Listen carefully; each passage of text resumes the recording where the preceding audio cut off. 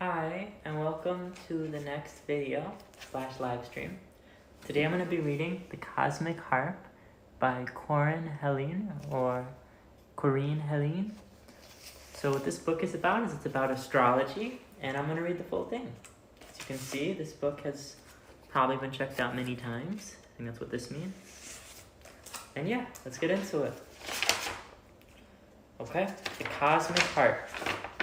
And here's a picture of Apollo, the patron of music. The Cosmic Harp by Corinne Heline. Copyright 1969 by J.F. Rowney Press, Santa Barbara, California. Printed in the United States of America.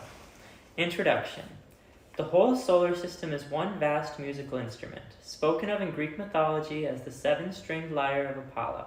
The signs of the zodiac may be said to be the sounding board of the cosmic harp, and the 7 planets are the strings. They emit different sounds as they pass through the various signs, and therefore they influence mankind in diverse manner.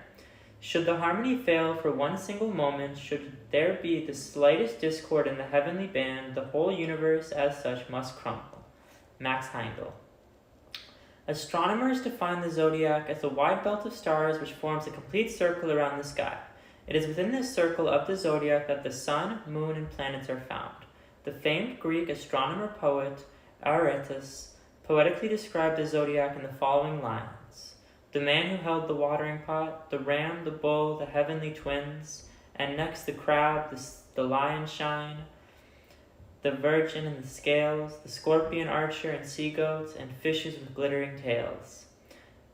Esotericists understand the zodiac to be composed of 12 divine hierarchies whose magnificence and power are beyond all description. These mighty beings guide the physical, mental, and spiritual evolution of the human race. I have never written the music that was in my heart to write. Perhaps I never shall with this brain and these fingers. But I know that hereafter it will be written, when instead of these few inlets of the senses, through which we now secure impressions from without, there shall be a flood of impressions from all sides, and instead of these few tones of our little octave, there shall be an infinite scale of harmonies. For I feel it, I am sure of it, this world of music, whose borders, even now, I have scarcely entered, is a reality, is immortal. Mozart. Table of contents. So first the dedication, the introduction, then Aries, Taurus, Gemini, Cancer, Leo, Virgo, Libra, Scorpio, Sagittarius, Capricorn, Aquarius, Pisces. Okay, let's get started. First we have Aries, Ziophim, which is chapter 1. The hierarchy of Aries holds the cosmic pattern of perfected God-man, or in modern terminology, Christed man. Each individual, from the lowest to the highest, continuously undergoes gradual and progressive developments. The sublime hierarchy of Aries has now attained the status where its only contact is with the highest realm of this earth planet. Described in Western esotericism as the world of God, hence its teaching is passed down to its opposite sign, the hierarchy of Libra, lords of individuality, which is working to help man unfold the latent divinity within himself. The work of Aries is accomplished under its own musical ray, attuned to its own particular keynote. Characteristic Aryan music is martial in rhythm. This does not mean, however, the type of music that inspires such love of one's own country as generates aversion to so-called enemy nations. The highest message of Aryan music is a call to the great overcoming, the conquest of personality by spirit, or the attainment of spiritual rather than material goals. Historical records of the most primitive races evidence their knowledge of the zodiac. From the dawn of civilization, figures depicting zodiacal signs have been used as decorative motifs for temples, palaces, and public meeting places. Earliest humanity had the faculty of clairvoyance as a common heritage. The people were thus able to see sublime beings and to observe their activities. Hence those beings were looked upon as gods and were endowed with both supernatural and magical attributes. This was the basis for the mythology of the ancients, the myths being sacred temple teaching communicated to the masses in veiled terminology and symbols.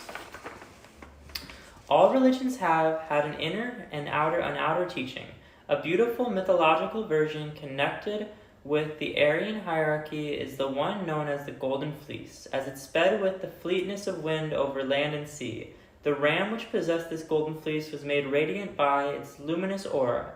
The trials which beset the Greek hero Jason and his followers when they sought to find and capture the shining ram are a veiled description of a disciple's efforts to create his golden wedding garment whereby he can travel with the speed of light. And traveling by the speed of light is traveling through time, for all the nerds out there. Another illuminating legend connected with Aries is the one about the phoenix, a bird whose feathers radiate all the colors of the rainbow. Each year, on the day the sun enters the sign Aries, this exquisite creature builds its own funeral pyre, then, to the accompaniment of celestial music, its body is consumed by the flames, and from the ashes arises a more magnificent phoenix bird. This is a fanciful description of the reincarnational cycles of the human spirits. In accordance with divine law and order, from the old must be born the new, on an ever-ascending spiral toward perfection. When educators have learned more about the psychological effects of music, they will give it a more prominent part in school curriculums than it now has. As office workers are permitted coffee breaks during working hours, school children will have musical interludes for the same purpose of physical and mental relaxation. The music of Bach will splendidly serve this purpose. His simple fugues and organ members for young children, his symphonies and cantatas for older pupils. If either adults or children are suffering from extreme emotional tension, the symphonies of Haydn have a beneficial effect, especially if played softly and not too close to the patient. When Aries natives are engaged in such advanced spiritual work as transmutation or higher degrees of meditation, like contemplation and adoration, the passion music of Bach and Haydn's creation will be most helpful. The musical keynote of Aries is B flat major. Compositions written in this key should be physically and mentally stimulating and inspiring to the Aries native. Aries is the first sign of the zodiac, a power sign. The Aries native looks over the world, so to speak. It is a new realm which is his to conquer if he will. Hence, pioneering, adventure, and daring are known as the keywords of Aries. Natives of this sign hew out their own way, usually alone and unaided. An annual flow of Aryan power floods the earth at the beginning of the spiritual new year. The Easter tide of resurrected life. The high significance of this sign is found, therefore, in sacrifice and transmutation. These may be summed up as self-control, the supreme goal of the awakened Aryan natives. Intellect must merge with wisdom, and self-consciousness must be sublimated into Christ consciousness before they come into full possession of their power.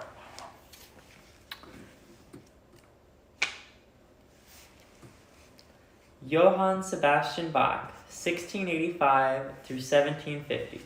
Johann Sebastian Bach was unquestionably one of the highest channels of the inflow of true spiritual music that the world has ever known.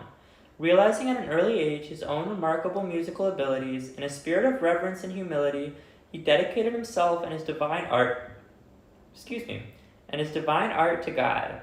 To this dedication he remained steadfast through his entire life. The independence of the Aryan nature and its ability to make its way alone were paramount to Bach's makeup from his early youth. His destiny was so clear to him, and his genius so compelling, that what would seem like obstacles to others became incentives to Bach.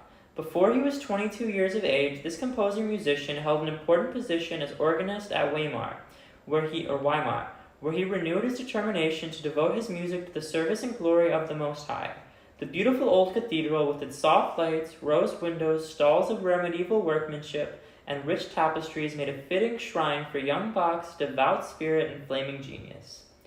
His work during the Weimar years placed him along the immortals. He produced 50 cantatas, 2 passions, which are still unrivaled, and a Magnificat that is equally unique, standing alone in its class. So if you're just joining now, welcome in. What this book is about is called The Cosmic Harp. It's about the zodiac signs and their meanings, as well as how they relate to music and history.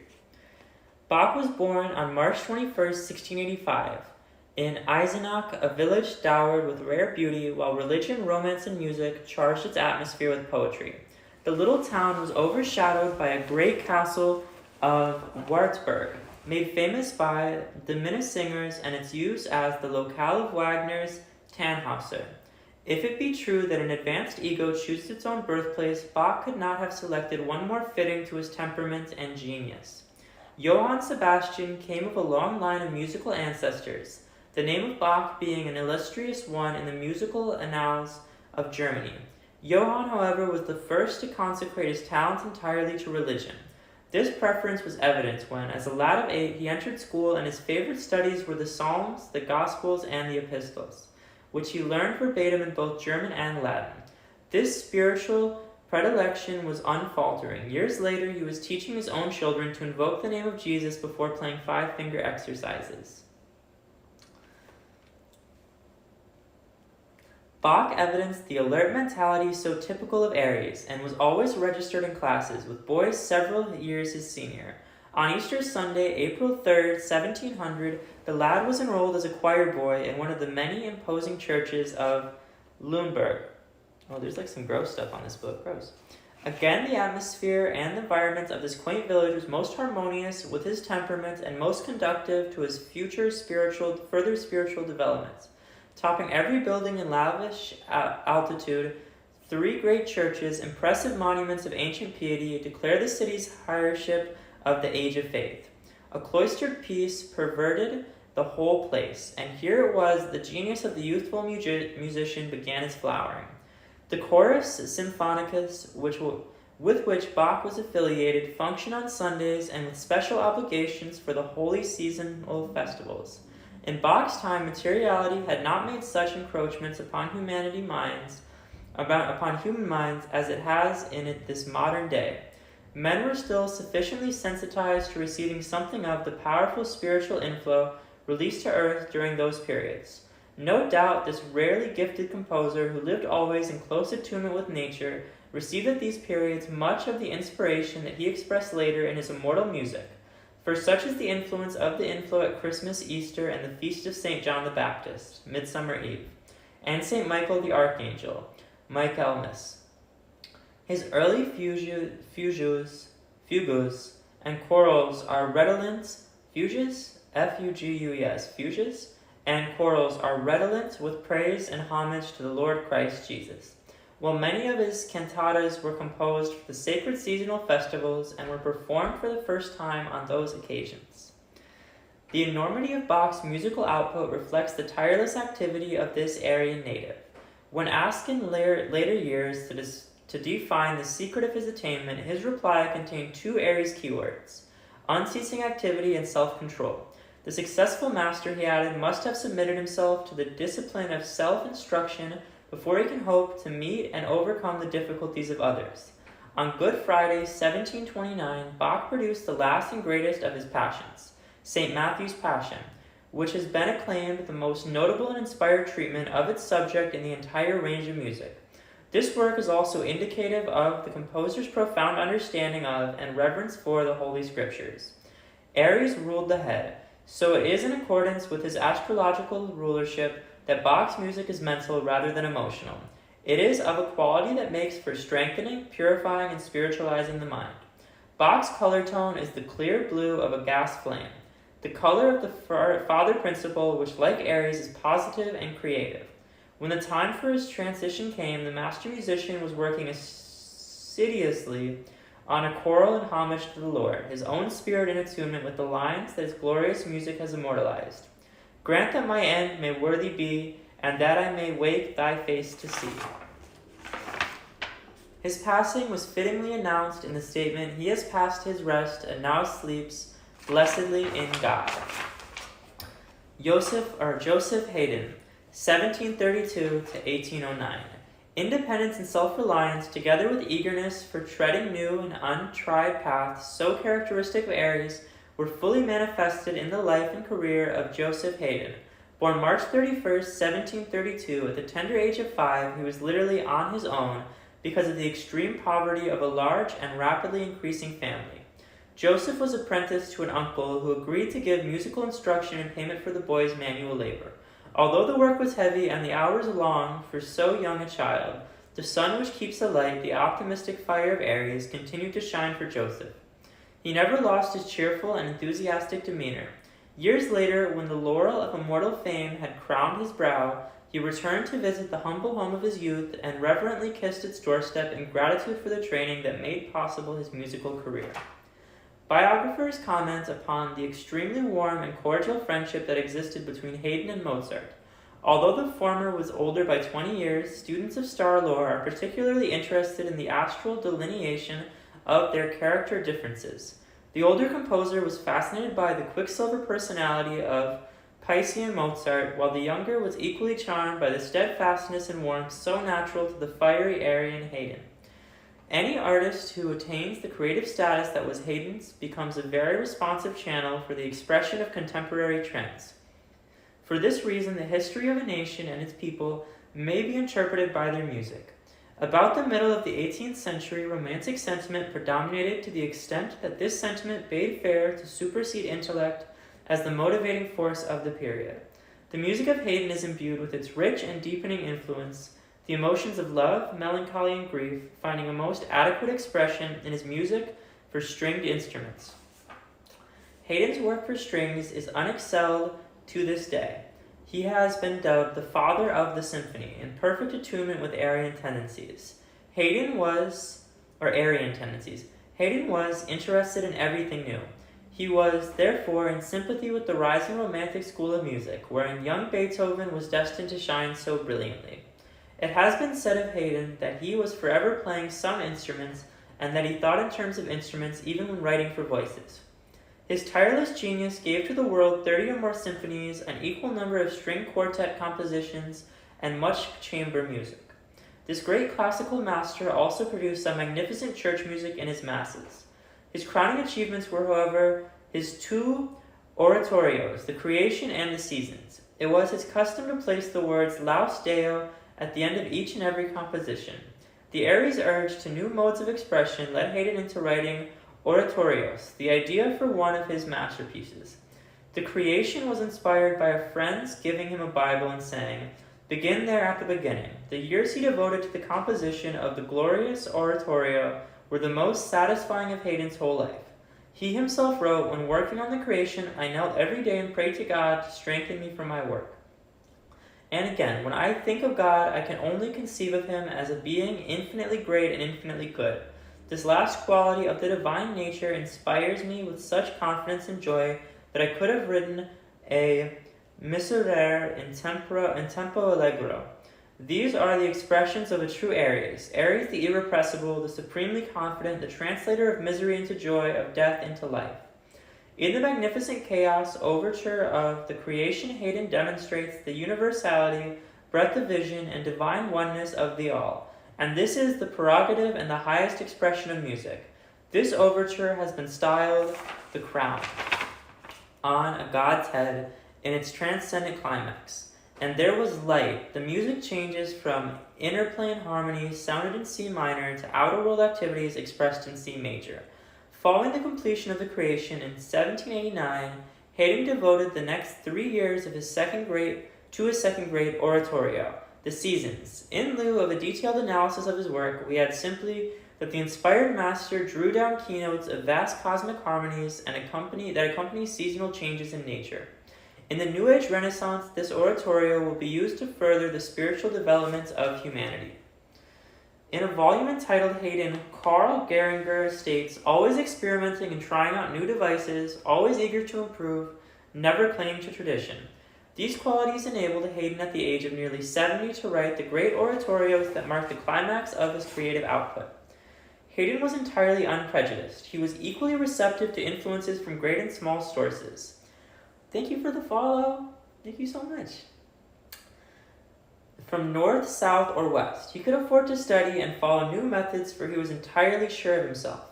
Haydn in body and mind, one of the healthiest of all composers, knew that whatever he tried, the firm, gentle, humorous, eternally young, optimistic core of his personality would remain unchanged. Now Sergei V. Rachmaninoff, 1873 through 1943. Sergei V. Rachmaninoff, one of the most popular of modern composers, was born April 1, 1873, and left this earth plane March 28, 1943. He also showed remarkable musical talent at an early age. Perhaps the supreme inspiration of his life was his fellow countryman Peter Tchaikovsky, Russia's great musical genius. When only 13 years of age, Rachmaninoff made a piano arrangement of Tchaikovsky's Manfred, which so pleased the master that ever afterwards he showed marked interest in the younger musician's career and assisted him in every possible way. Rachmaninoff manifested true Aryan activity and inspiration in productivity and composition. His published works include numerous songs as well as piano pieces for both 2 and 4 hands. His prelude in C-sharp minor was his first composition to bring him international repute. 2 operas, Alejo and Francesca di Rimini, have been produced with considerable success. The Island of the Dead, a weird, bizarre, compelling fragment, and his most famous symphonic poem, was brought through from past memories. Rachmaninoff's color note is a clear green gold. His music is conductive to the development of logical and well-balanced thinking. A boy or girl with scatterbrained tendencies relative to study will benefit greatly by using this composer's music regularly during study periods. I need to listen to some Rachmaninoff. I can be a little scatterbrained. Okay, so next is Taurus, Tetrafim. I am going to light this. Don't worry, it's not THC. It's THCA, CBD, and CBG. So what it is it's organic, which hopefully means non-GMO, but you never know anymore. But it doesn't really get you like stoned. Instead, it kind of just helps you tune more into your body. It helps me articulate my thinking a little more. It helps me calm down. I don't have these a lot, but I enjoy them. Yeah, you know, I try to avoid smoking too much, but every once in a while I enjoy it. In high school, I would smoke like every single day. I don't smoke that much anymore. I smoke like once every week or two. I'm gonna be right back. I'm gonna go grab my phone charger. Actually, you can come with me. Oh, it's right here.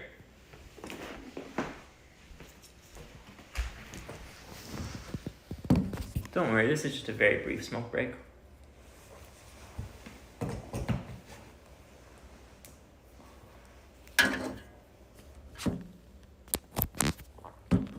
Maybe just if I can blow an O, it'll make me immensely happy.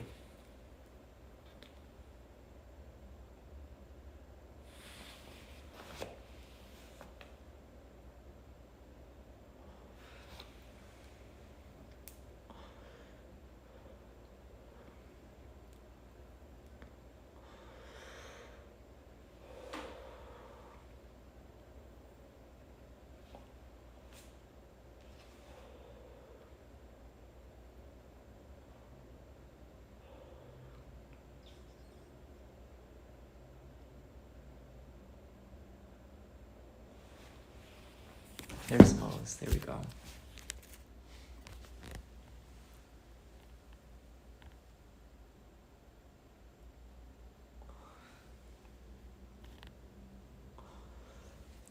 Okay.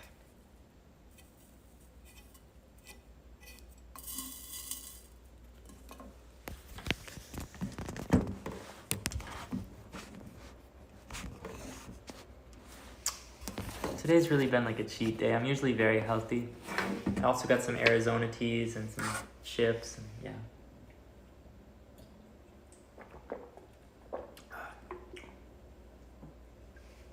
I try to avoid junk food. But it's okay to have a cheat day every now and then. Alright, chapter 2.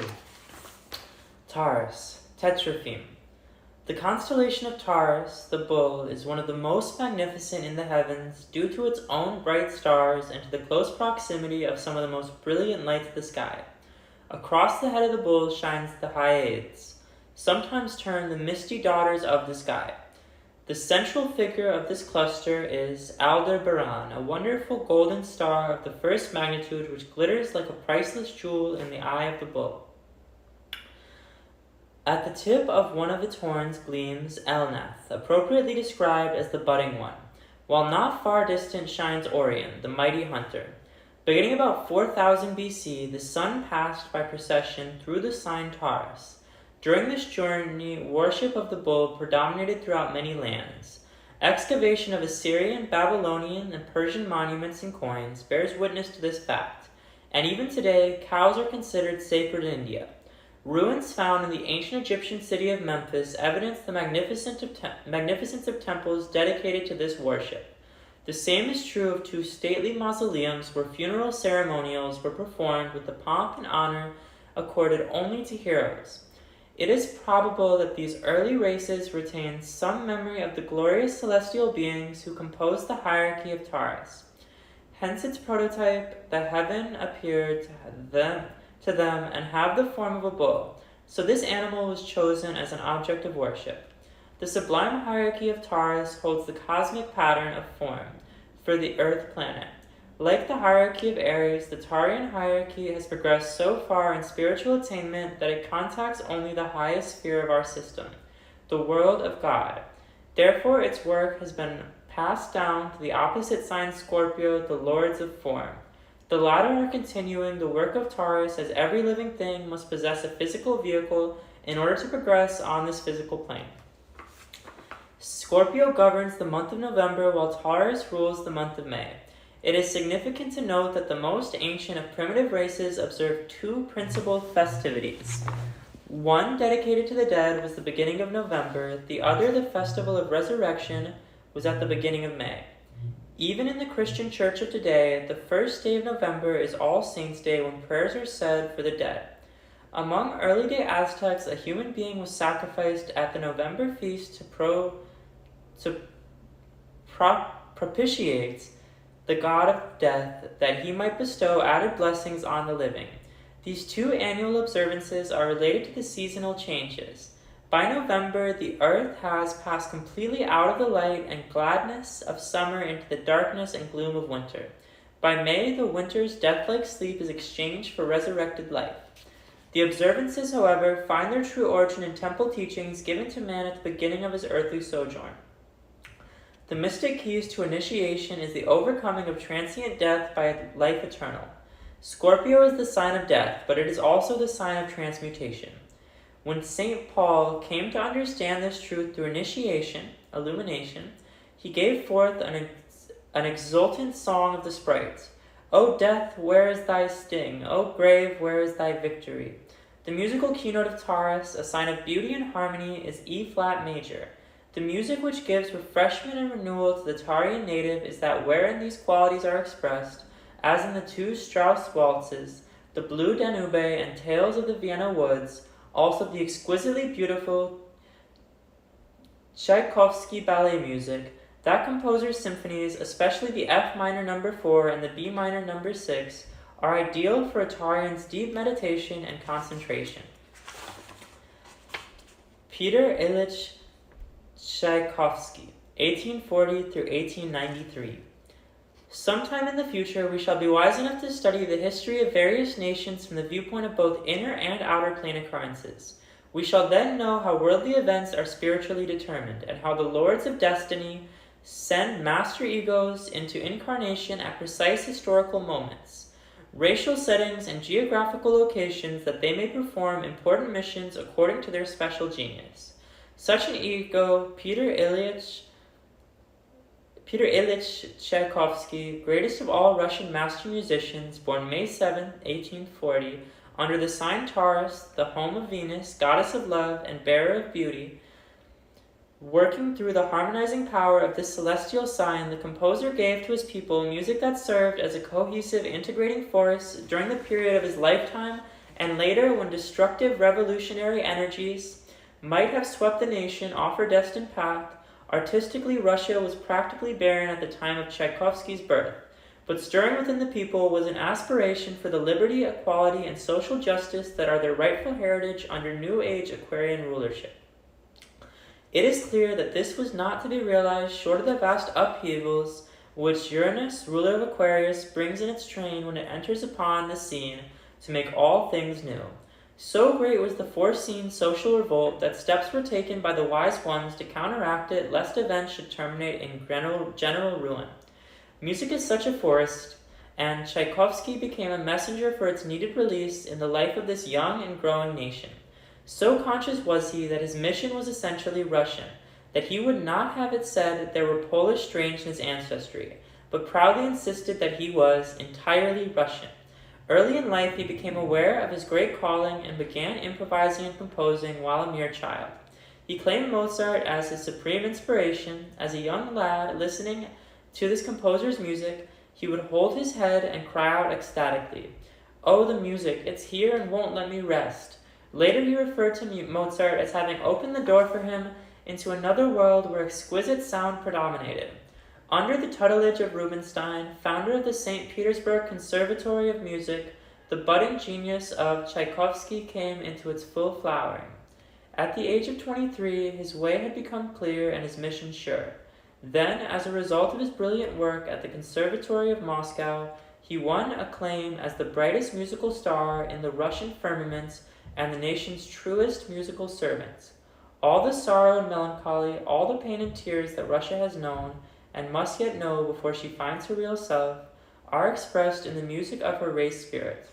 Tchaikovsky is the voice of that spirit. His music may be likened to the falling of amber, his color note, tears on a crushed and broken heart. None But the Lonely Heart, the most popular of Tchaikovsky's songs, typifies this nationwide sadness and the inevitableness of Russian suffering. Having been an inspired channel almost from the beginning of his life, he once wrote, "My works pour through me so easily and simply, some I write practically at one sitting." His Swan Lake, a marvelously descriptive expression of the magic and beauty of early, half-legendary Russia, has been termed the foundation upon which Russia's supreme art form, the ballet, was built. Taurus and Earth sign is the home of Venusian beauty. These two influences enable Taurian natives to tune in to the beauties of nature. In Tchaikovsky's case, this attunement found expression in what is termed nature music. Cyril Scott, in his occult study of music, places this composer with Grieg as the two most gifted forerunners of Deva music, that later found transcription through such exponents as Ravel, Debussy, and above all, Scriabin. One of Tchaikovsky's most important compositions, and it is said his own favorite, is the Fourth Symphony. In it, the implacability of the fate theme is indicative of Russia's past and present tragic state, while the half-whimsical and hauntingly lovely dream motif belongs to Russia of the future. In its totality, the symphony sounds forth unity, harmony, and beauty, the principal keynotes of Taurus and the basic musical structure whereon the new Russia will be founded. Little do the people of our day realize how great is the role of music in the rise and fall of nations, and in the evolutionary processes relative to man and nature. One of the objectives of this volume is to further that realization by stressing the cosmic aspect of the link between a composer and his zodiacal ruler, thus revealing the type of energy he is releasing into the evolutionary stream. Okay, Chapter 3, Gemini, Seraphim. The twin stars of Gemini are easily discernible as they are the two brightest stars in the northern hemisphere and are always seen together. Pollux, the more brilliantly of the two, is a star of the first magnitude, while Castor is a star of the second magnitude. An ancient legend relates that the twins were once human beings, brothers of the beautiful Heline of Troy, over whom the Trojan War was fought. One of the brothers was mortally wounded, the others in anguish and despair pleaded with Jupiter, king of the gods, to let his brother return to mortal life or permit them to be reunited in the netherworld. Because of their great love for one another, Jupiter took pity on them and placed them together in the sky as twin stars, decreeing they never again should be parted. Another Greek legend tells how Jason and his followers set forth in quest of the Golden Fleece. A violent storm overtook the voyagers, and their ship was all but dashed to pieces when Orpheus came to their rescue. The god of music played upon his magic lute until the towering waves subsided and the clouds overhead disappeared. Shining in the calm blue heavens above were Castor and Pollux, as though bestowing a blessing on the adventurers. Thenceforth the twin stars have been looked upon as patron saints of the sea and of all seafarers.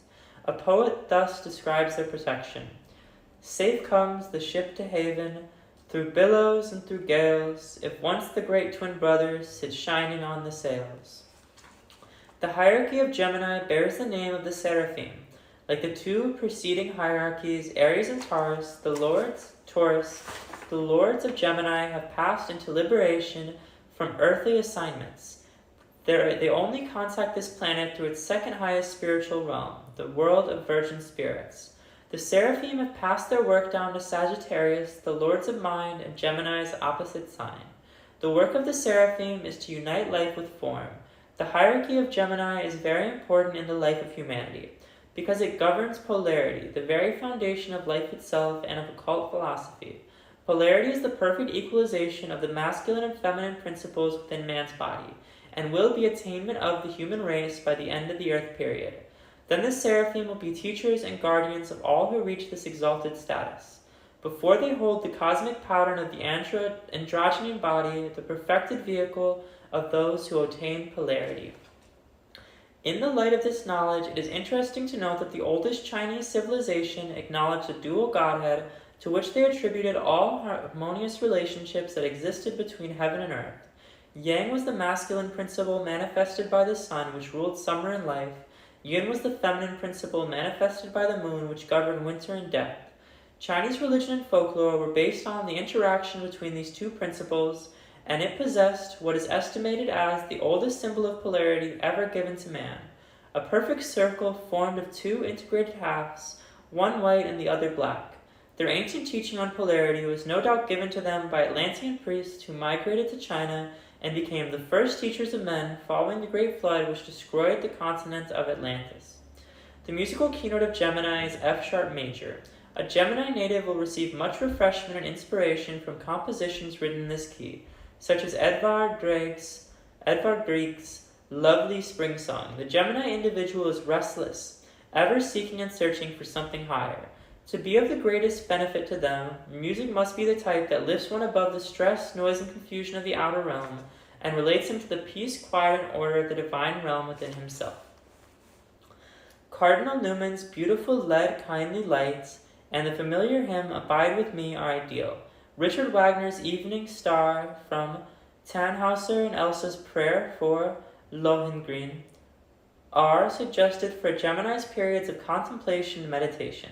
An aid in lifting his consciousness above the objective plane and putting him in attunement with the divine subjective will be found in Solveig's Song from Grieg's Peer Gynt Suite, and in Marguerite's Exaltation Song from Gounod's Faust. The latter is heard in the final act of the opera, wherein Marguerite makes the monumentous decision that brings about her redemption and triumphant translation. Richard Wagner, 1813 through 1883. Oh, wow. It's a long chapter.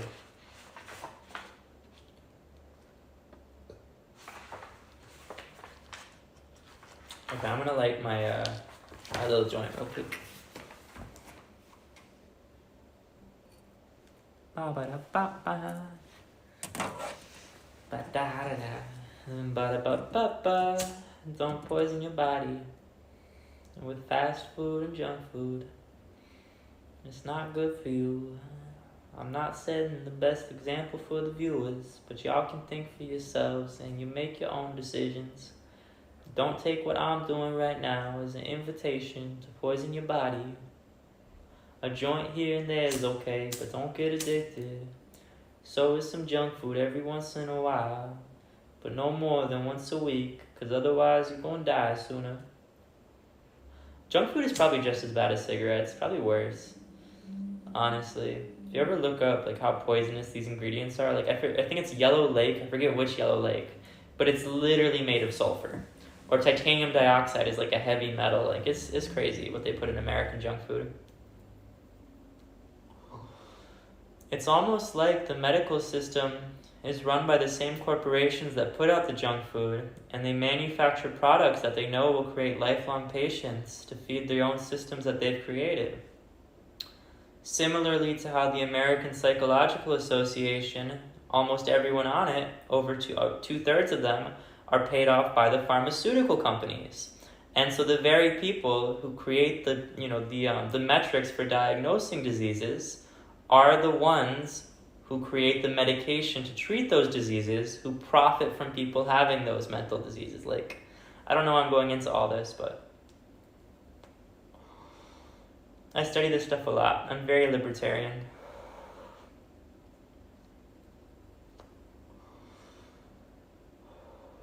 That one blew my mind, finding out the APA is all nonsense. The entire DSM-5 is nonsense. In like the 1800s, there was this railroad tycoon who stated that the only medication that should be taken seriously is medication pressed with petroleum. So they completely discounted plant medicine, and to this day, petroleum medicine is what medical students are taught is the only valid medication. This is not conspiracy theory stuff, this is just history. Okay, continuing.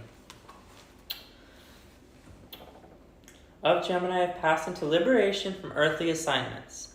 They only contact this planet through its second highest spiritual realm, the world of virgin spirits. The Seraphim have passed their work down to Sagittarius, the Lords of Mind, and Gemini's opposite sign. The work of the Seraphim is to unite life with form. The hierarchy of Gemini is very important. I'm all the way over here. I'm at Richard Wagner, 1813 through 1883. We have said that Gemini, sign of the twins, is dual in nature. This duality is also represented by two upright columns. Sorry about that.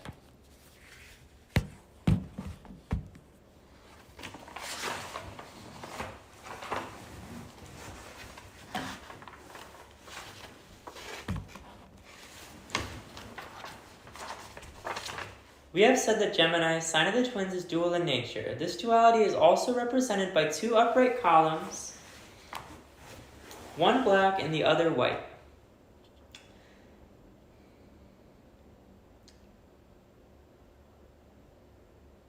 Since Gemini is an airy mental sign ruled by Mercury, the two columns symbolize the human mind, the black column indicating the purely human mind, the white one the regenerated or Christed mind. In Richard Wagner, this duality was so pronounced that volumes have been written in an attempt to explain the opposites that swayed his passionately human but divinely inspired personality. Without an understanding of the profound aspects of spiritual law under the hierarchy of Gemini, a nature like that of Wagner's cannot be accurately interpreted. By virtue of the soul powers he had developed in previous lives, the white column, Wagner became an instrument for channeling into this world a spiritual impulse from the heaven worlds, despite the fact that he still retained unliquidated liabilities and unregenerated elements in his personal nature, the black column. When his life is studied in the light of his Gemini rulership, it becomes clear how his creative genius could flower so magnificently in spite of the handicaps he had to surmount. His was a titanic struggle against frailties of the flesh, weaknesses of personality, lack of material substance, misunderstandings, persecution, and frustration, in addition to a period of exile from his homeland. It is the office of the dual Gemini to link heaven and earth, spirit and form. Under its celestial influence, Wagner brought music, the language of the heaven worlds, to the earth plane in a more substantiated and tangible form than has been given by any other composer before or since his time. He created the dual art form of music dramas. These are quite distinct from opera as we know it, in that they so combine music with drama. They become an integrated unit for expressing any theme whatever. Wagner recognized two sublime artists, Shakespeare and Beethoven. Shakespeare conveyed by word what Beethoven could not, communicate through music alone, and conversely Beethoven transmitted it. Shakespeare conveyed by word what Beethoven could not communicate through music alone, and conversely Beethoven transmitted intimations of immortal realities by means of tone that Shakespeare's poetry failed to express. Under his Gemini rulership, Wagner accepted it as his mission to create music dramas wherein the most glorious of Beethoven's music and of Shakespeare's dramas would be blended into a composite art form. This he did to a degree that places him along the foremost innovators and cultural giants of all time. There is yet another duality in the nature of Wagner. He is almost as much Taurus as he is Gemini. Born May 22nd, his sun is in the first degree of Gemini, a cuspal position of Taurus, Gemini. Mercury rules the latter and Venus, the former of these two signs. As Mercury governs the spoken word, while Venus rules beauty in all its aspects, concrete or abstract, herein lie the powers that inspired Wagner's creation of music dramas. True to his Taurus Gemini nativity, Wagner had a kaleidoscopic personality. He was grave and gay, melancholy and buoyant, by turns. He could be vehement, eager and intense, or compassionate, tender, and unpredictable, all characteristics that found expression in his music. The focus of Wagner's consciousness shifted swiftly between this world of material concerns and the world of spiritual realities. He was never free for long from the battle for the bare necessities of existence or from a need to maintain his social relations and obligations in proper order. But no matter how dark or difficult the situation we're in, he frequently found himself. His dynamic spirit enabled him to rise triumphant over every obstacle so he might pursue his creative labors on levels where harmony prevailed. What has been regarded as Wagner's inordinate vanity and colossal egotism was actually an inner assurance that this was a divine destiny, a preordained career. He was so convinced in his assigned task to do what he did that nothing in heaven or on earth could prevent its successful culmination. Many of those who worked with him during the dark days of his obscurity and seeming defeat have declared that even they then recognized that he had something to sustain him which they lacked. It seems there was a faint splendor about him which they regarded as something almost unapproachable. How well Wagner came to know there is a divinity that shapes our ends, rough-hewn than how we will. For instance, in the earlier years of his career, he set out for Paris with what he believed to be a meritorious work that would capture the city's acclaim. Fate intervened, causing him to pass through stormy seas amid Norwegian reefs. During the voyage he heard the tempestuous song of unbridled waters and became aware as never before of the infinite music within his own soul awaiting expression. There came to him intimations of the fact that he was to become an inspired instrument for a new music which would sweep over all the old restricting forms like a sea over little artificial waterworks. Taurus, sign of beauty and harmony, exercised so dominant an influence over Wagner that it brought into his life the occult powers of Scorpio, polar opposite of Taurus. The deep, strong, mysterious psychic forces released through Scorpio enabled him to immortalize in The Flying Dutchman his first notable work, The Song of the Sea, which he declared he would accomplish in a new, wild, and soul-stirring way. The remote wilderness, the Norwegian cliffs, the overpowering darkness of night at sea, the raging voice of a storm, the anguished cry of the dark wanderer, together with the high note of redemption by love, were the mysterious themes that began to take form. This whole music drama unveils the deep primitive urges, the tempestuous passions, and the emotional intensities of sorrow, pain, and death. Throughout the work move the forces both high and low, emanating from the mystic and mysterious sign of Scorpio. Writing about this work at a later date, Wagner stated that whenever and however I touched my material, I trembled with ardor and fire. I always drank at one breath the peculiar aroma which had intoxicated me at its very first conception. Tannhäuser was his next creation. A new and even greater light dawned upon his enchanted horizon. Venus, the alluring figure of sensual desire, appeared in contrast to the fair Elizabeth, embodied of love in its highest and noblest form. Each had graces of a kind which were to be chanted by rival contestants in a festival of song. Upon this ecstatic vision he went to work. This it was which brightened the last of the chill, disappointing days of his early questing in Paris. As he was journeying back to Leipzig, he was uncomfortably wedged in among tradesmen on their way to the city. Fair, yet he continued to dream of his drama in the making. Then, through the blurred windows of the stagecoach, he caught glimpses of the Wartburg Castle and the path that led to its heights from the valley below. In his mind's eye, he saw an autumn twilight and an evening star. Now he heard a song to the accompaniment of a harp. This was the song that was to become one of the most inspired arias in Tannhäuser. Not until the vision had been impressed upon his consciousness was he brought to earth by the jolting of the coach and the grumbling of fellow passengers. It was tarry and inspiration, and it came to flower in Tannhäuser, for which Venus, goddess of love, furnished the leitmotif. Venus, the evening star, gave to Wagner that aria that bears her name. Time passed, and as the young composer pondered over the poetic legends of his native land, a greater music than he had yet composed possessed him. The glorious picture of a knight in white and silver moved before his enraptured vision, and he became enveloped in the golden radiance of the Grail. The pure and shining knight hovered halfway between the miraculous and the real in his responsive heart, and from this vision sprang the music drama of Lohengrin. As the Flying Dutchman symbolizes the Scorpio influence in Tannhauser with its song of the evening star reveals the Taurus inspiration, so the tragedy of Lohengrin marks Gemini's path toward equilibrium, where opposites on lower levels are transformed into complementaries on higher levels. Beyond the degree of equilibrium as portrayed in Lohengrin is the perfect fusion of the masculine and feminine principles into one. This degree Wagner portrayed in Tristan and Isolde, the music drama of preparation for the rite of the mystic marriage. From boyhood, Wagner possessed an all-absorbing desire for freedom. The battle of mankind against existing society has begun, said he. This battle is the noblest and the holiest one that was ever fought. Out of his dreams of freedom and equality, in pursuit of which he suffered loss of position, imprisonment and exile, he fashioned his glorious proclamation of freedom in the ring cycle. One of the characters in this cycle of 4 drama is Siegfried, who typifies the New Age pioneer who points the way to emancipation into a free, glad world. Regarding him, Wagner wrote, "I shall create and awaken him, make him wander and laugh, and love in forests and over mountain heights, the free, strong, beautiful man who knew no fear." The theater of Wagner's day, like the theater of today, was usually regarded as a place of entertainment only. There was very little recognition of the institution as a temple of art, which Wagner sought to make it.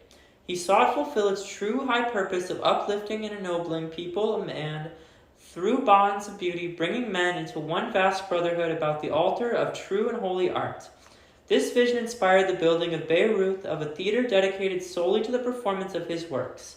Had Wagner lived to guide this institution along the lines he indicated, it would have become the world's foremost temple for art, for imparting to those who are duly prepared spiritual experiences of an initiatory character. While it falls short of the ideal set for it, the Bayreuth Theater is the first step toward the restoration of the mystery temple of old. Specially composed for such an institution was Parsifal, his last and greatest creation. This consecrational music drama, as he called it, was to be performed only in a sacred temple. He specifically requested that it was not to be given anywhere but in his theater at Bayreuth, for Wagner well knew he had brought down the music of angelic realms for the healing and regeneration of those who would attune their lives to its supernal rhythms, the highest ever granted to human hearing. Despite the incomparable contribution he made to the arts of drama and music, Wagner's mission seems by human reckoning to be but half done. He envisioned and longed to do so much more. Appropriate to him are the appellations Soaring Eagle and Restless Star. Though persecuted, misunderstood, and ridiculed, his valiant spirit remained true to the vision of a new day and a redeemed humanity, and toward their realization he consecrated the whole vast range of his creative genius. Perhaps the world of tomorrow will be able to estimate rightly the debt it owes to the pioneering spirit of Wagner. Mauve, purple, and white gold were his color tones. His music is true Neptunian. Its supreme purpose is to aid man in the unfoldment of its higher nature and the attainment of illumination. Charles Gound, 1818 through 1893. Charles Gound, the well-known French composer, affords an interesting Gemini study in contrasts. One of his early musical instructors said of him, "He finds interest and pleasure in everything, and what I like best, he always wants to know the reason why." This questioning attitude is marked characteristic of Gemini children. True to his astrological rulership, Gound in his autobiography writes, "Steadiness was never my strong point. I fear a weakness uncounterbalanced by good sense and may easily become a power for evil." And again, in his definition of art, he gives expression to the highest idealism of his sign. Art is neither an utter dream nor an exact copy. It is neither a mere ideal nor the merely real. It is like man himself, the meeting and fusion of the two. It is unity and duality. In these words we find the true significance of Gemini, and Gounod lived up to his lofty idealism in his art. He was born in Paris June 7, 1818, and was determined from childhood that no obstacle should prevent his following a musical career. It was a resolve that was, in very truth, a dedication to the task he had come to perform, a cause he was destined to serve. After making such dedication, strong souls are invariably given trials to test the strength of their resolution. Gounod was no exception to this rule. He encountered both extremes of poverty and parental opposition, but neither proved able to dissuade him from his proposed course. His goal included the Grand Prix de Rome and a chair in the Paris Conservatory, both of which he realized. It was during his ecstatic rambles on the beautiful Isle of Capri, and in its phosphorescent nights, as he refers to them, that he found much of his inspiration for his opera Faust. 17 years later, he completed this work, which is perhaps the one that gave worldwide luster to his name. This opera had its premiere in Paris, March 19, 1859, under the supervision of the composer himself. The drama is key to Gemini. It is dual in form, being in two parts, and deals with man's nature in its higher and lower aspects. Two souls housed within our breasts that struggle there for undivided reign, as Faust expresses it. In part 1, the character of Faust is a presentation of a man as he functions on the lower sense plane.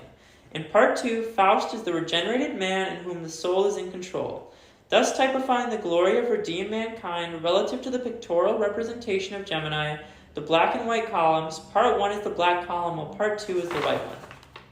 It is also to be noted that the music of Faust is Neptunian in its influence upon those who hear it, and that Neptune is the higher octave of Mercury, ruler of Gemini. Gounod wrought better than he knew when he had tuned himself to the high Gemini currents that inspire the musical accompaniment to this drama of human emancipation. Gounod's color note is a soft, misty blue. His music may be used in meditation to produce that divine inner stillness so necessary to one's well-being in this era of speed and confusion. Edvard Grieg, 1843 to 1907. Another Gemini quality appears in the music of Edvard Grieg. This composer drew upon two kingdoms of nature, namely the kingdom of nature spirits and the kingdom of man. His compositions link them into an ever-expanding unity of expression. The spirit of Norway becomes articulate in the music of Grieg. Norwegian folk music was the prime source of inspiration. How strange, he wrote, is life like, the folk tunes of which one knows not whether they are conceived in major or in minor. He added that when he discovered northern folk music, he found at the same time his own life work. While wandering through the valleys of his native land, he heard the strange, almost ethereal songs of the peasants, which gave a distinctive quality to his compositions. And in the silences of the open white spaces, he learned to attune himself with the rhythms of nature. The keynote of elves and brownies sounds in the Hall of the Mountain King. The sprites of fire and air are heard in Anithra's dance, while Solveig's song echoes the strains of the guardian spirit of Norway's mighty snow crests. The peace and calm that pervaded the composer's home, Trollhaugen, the home of trolls and spirits, Trollhaven, was so pronounced and of such high quality that friends declared that Grieg's entire estate seemed to be singing Solveig's song. To each nation there comes a messenger from the great inner temple of music who is best qualified to be used by that nation's race spirit as a channel for furthering the people's evolution by means of music. Bach was such an instrument for Germany, Palestrina was so used in Italy, Chopin in Poland, Tchaikovsky in Russia, in Norway it was Grieg. Though his music, more than through any other single factor, Norway's life customs and folklore have become familiar with the world.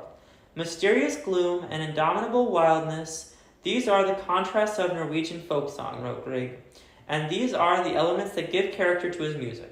One critic wrote of his work, he formed a new kind of music differing from the classical German art as the exotic orchid of the forest differs from the beautiful but regular garden flowers.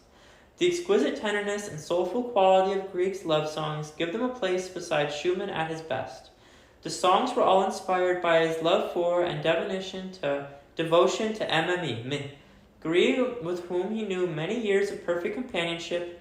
Perhaps the most popular of all his songs is I Love You, written for her at the same time of their betrothal.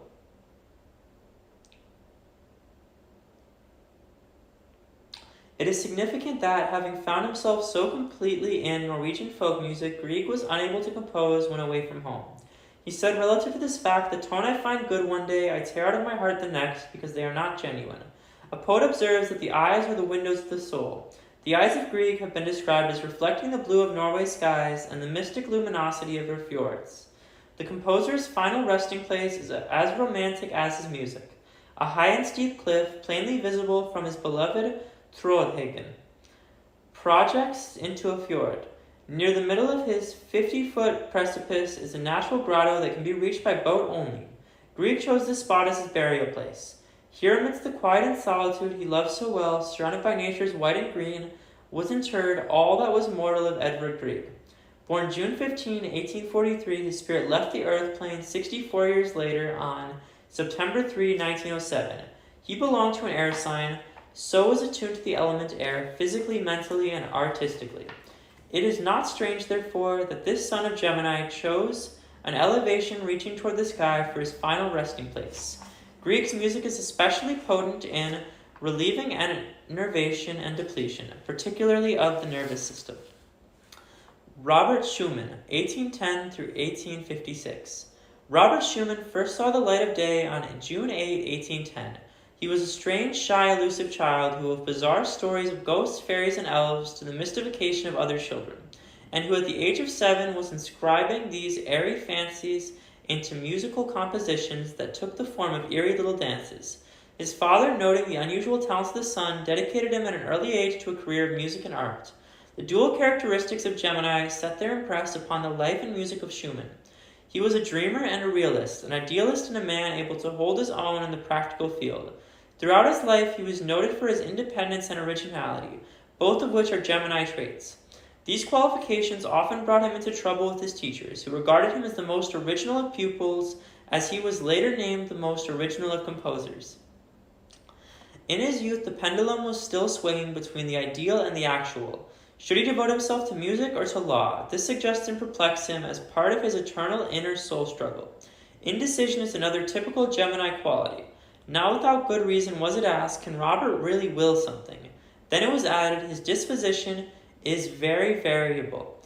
At this time, Schumann himself wrote, "Now I stand at the crossways and am startled at the question, whither?" It was the final and propitious choice that led him into the distinguished career and gave the world some of its loveliest, most soul-stirring music. It also brought him years of perfect comradeship with Clara Wieck, who became his understanding and gifted wife. When the young composer entered the Wieck household as a pupil of Clara's father, his serious dedication was made to the muse of both love and music. In his marriage with Clara, Schumann, he realized the consummation of Gemini, the amalgamation of duality into unity. His genius found inspiration in his love. Most of his important work was dedicated to Clara. She, in turn, added to his fame by playing his compositions in her concerts. The couple was styled the Great Schumanns, and Robert's letters to Clara are an index to their perfect mating.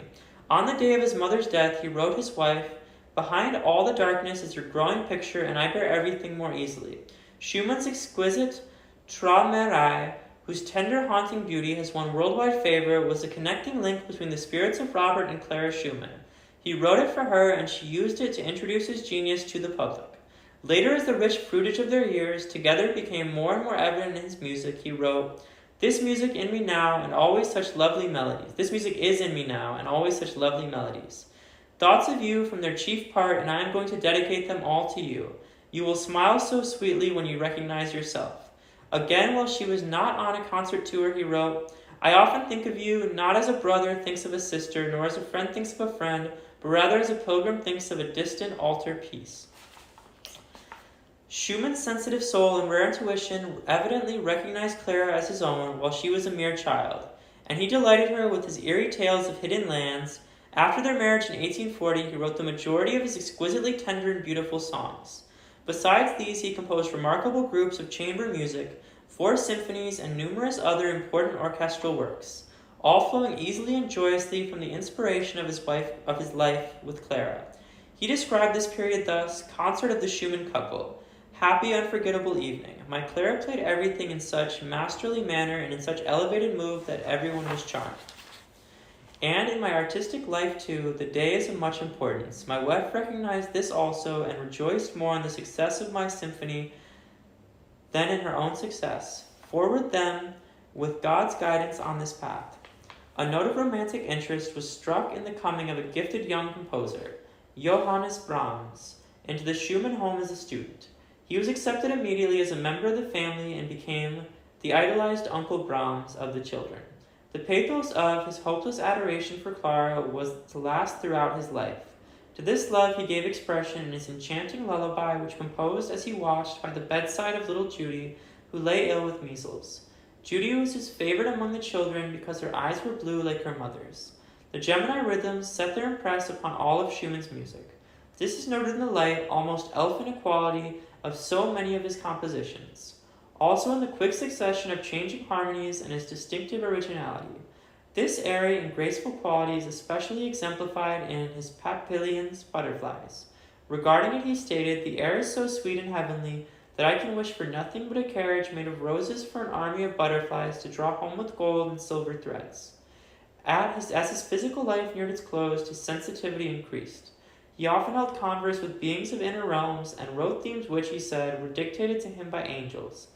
To the uncomprehending he was surely mad, as are all whose consciousness extends beyond common bounds. About his contacts with supersensible reality, he once declared that the lovely light bewitched him and enkindled in him such a sense of security that the storms of life no longer frightened him. Upon Clara's last visit to him in the hospital, he roused himself and, stumbling to the piano, whispered brokenly, "I want to play something I have written for you." As the soft, tender cadences of Traumerei filled the literal room, his lifeless body fell across the keyboard. His spirit had waited only for the coming of his beloved Clara. Schumann's color tone was rose pink, the love color, and his music is effective in counteracting depression and melancholia. Could it have been for this reason that Clara Wieck Schumann devoted the remainder of her life to keeping alive the memory of her husband through her brilliant concertizing of his compositions? That's so sweet. Traumerei was ever on her programs, and it was the final number of her last concert in the Royal Opera in Dresden. Though she still commanded the admiring plaudits of her audiences, Clara Schumann then retired, being well advanced in years. The day may come when we shall be wise enough to realize that a familiar piece of music has been well beloved and often enjoyed together by those whose spirits are in close accord, is a bridge of communion between the realms of the living and the so-called dead. Doubtless Clara Schumann held this secret close to her heart, and no doubt knew whereof she spoke when she said, "It is in the music of Robert Schumann that the angels sing." That's really beautiful. Okay, next is Chapter 7, Cancer Cherubim. Whoa, there's someone wrote notes in here. The notes are intense. Okay, yeah, this book's 99 pages. We're 40 pages in, so yeah, little smoky break. I hope you're enjoying the book so far. I'm an Aquarius. I was born February 12th. If you're in the comments, let me know. What sign are you and what does that mean to you? Do you believe in astrology? Do you follow this stuff? Do you think it's all nonsense? What do you think? What are your beliefs? Let me know down below in the comments. What you do is you tap this little box. First, you tap the screen. You tap this little box right down here, and then you turn your phone sideways, and then you scroll, and then you tap the comments, and then you type. Please comment. It makes me happy. Every comment I see makes me happy. I love it when people engage with the stuff I put out. Okay.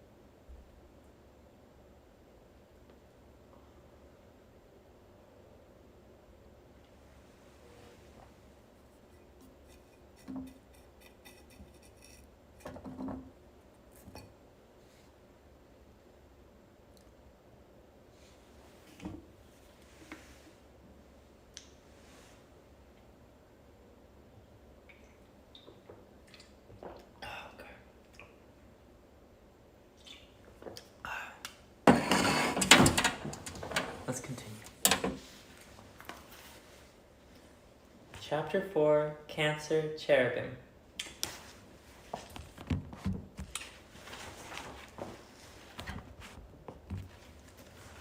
The hierarchy of Cancer is known as the cherubim, whose mission has ever been to guard this planet's holy places.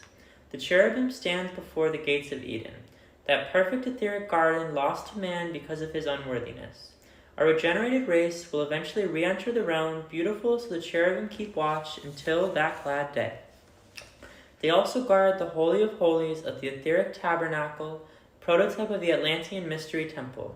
The Holy of Holies symbolizes the ultimate attainment of humanity as a whole. To this end, the cherubim teach man how to use rather than abuse what should be his most treasured possessions, the holy waters and the sacred seed of life. The cherubim's contact with the earth is through the exalted spirit realm known as the world of virgin spirits. Therefore, their work has been passed down to the opposite sign Capricorn, the archangelic hierarchy. The Lord Christ, highest of the archangels, came to this plane bearing the message of purity and chastity. He taught that only the pure in heart should see God, and that we must be born of water and of fire, transmutation, before we can enter the kingdom of heaven. The musical keynote of Cancer is G sharp major. The music most compatible to Cancer natives defies the feminine or mother principle. Music such as the lovely old Irish ballad, Mother Machree, lullabies, and tender cradle songs. Brahms' exquisite lullaby is recommended for lifting their consciousness to higher realms. Also, Gustav Mahler's supreme work, The Resurrection Symphony at the Christmas season Cancer.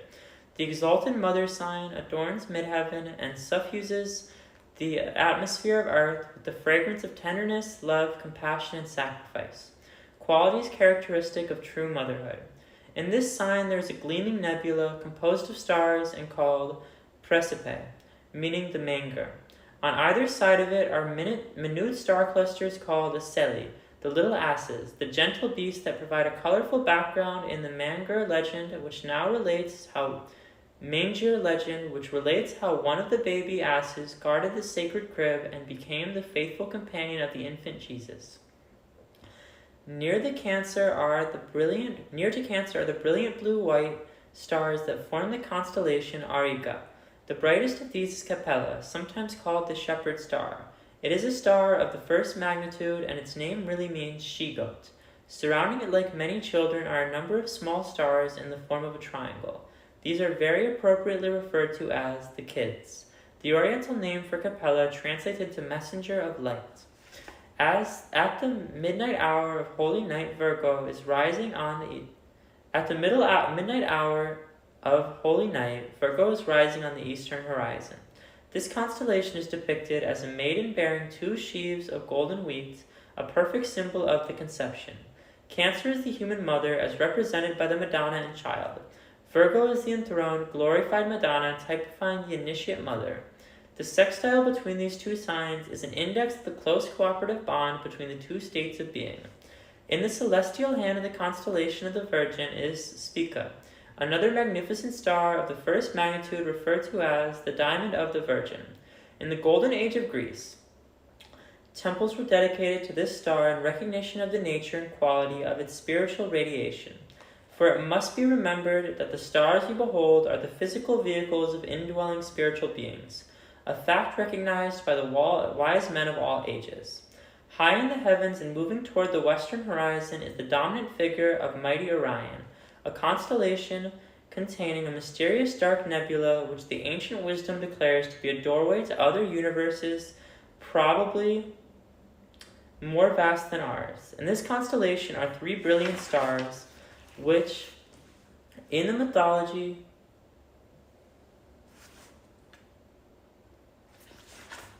so I'm just reading these notes. This person wrote, "Good people, they also have the best sex in the world." And then they also wrote, "That is why they all look young and be rich." In the symbology we are following are destined as the 3 wise men who are successful in their search for the newborn Christ child. In this connection, it is interesting to note the color radiations of these 3 stars. Gigantic Betelgeuse, a star of the first magnitude that is 215 million miles in diameter, is a brilliant red. Bellatrix is a green-yellow Rigel is a blue-white. Relating this to a particular legend about the wise men brings out an interesting correspondence. The legend tells us that one of the 3 wise men was a youth, the second was of middle age, and the third was very old. Now red is the color belonging to young souls. It is identified with Martian exuberance and activity. With the aggressive, self-assertive side of man's nature, the gift of the young, wise man was a myrrh, which means bitterness, the bitterness of sorrow resulting from unwise, inexperienced living. Yet the means whereby youth awakens to a recognition of the soul's higher values. Yellow correlates with the wisdom that comes of years. At the gift of the second wise man was frankincense, typifying the fragrance of wisdom that comes with soul growth. Blue represents spirit. It belongs to the Father Principle, the Ancient of Days. So the most aged of the 3, in conformity with the color assigned to him, bore to the Christ child the gift of gold, symbol of pure spirit and the signature of a mature, perfected soul. 2 glorious blue-white stars serve as celestial torchbearers in the processional of Virgo, the blessed lady of the skies. They are Sirius and Procyon. The latter head leads the former fellows of the fixed stars. Sirius is the nearest to Earth. Even so, its distance is 8.5 light years away. It has been said that if all the diamonds of Earth were melted into one, the brilliance of Sirius in a December sky would make that one appear pale by comparison. According to the ancient wisdom, the hierarchy of that star will become the guardian and teacher of our planet when at some future time humanity has attained to a development where it can establish direct conscious contact with the hierarchies that supervise our evolution. The climax of the holy season comes with the birth of the new sun in Capricorn on the night of the winter solstice. Of all the signs in the zodiac, Capricorn, the sign on the topmost point of the natural chart, conceals the deepest mysteries and is therefore appropriately the sign under which masters of all ages have chosen to take embodiments. It provides the most favorable vibratory conditions for saviors of the race to fulfill their earthly missions. Constellations, like individual stars, radiate forth a color tone of their own. Cancer and Capricorn are blue-white, Virgo golden-yellow, the collective keynote of all stars in the constellation, and in turn, of all the constellations compose the celestial music of the spheres. Earthly celebrations of nativity, in which color and music place so prominent a part, are a faint reflection of what is taking place in the heavens above. When we are observant of these similitudes between events terrestrial and events celestial, we can better appreciate the song of the psalmist as he gave expression to his joy in the cosmic grandeur that surrounded him. In his exhalation he sang, "The heavens declare the glory of God, and the firmament showeth his handiwork." The celestial patterns we have noted. Day unto day uttered speech, the songs of the stars. And night unto night showeth his knowledge, the workings of spiritual law. Their line is gone out through all the earth, the powerful, far-reaching influence of the stars. In them hath he set a tabernacle for the sun.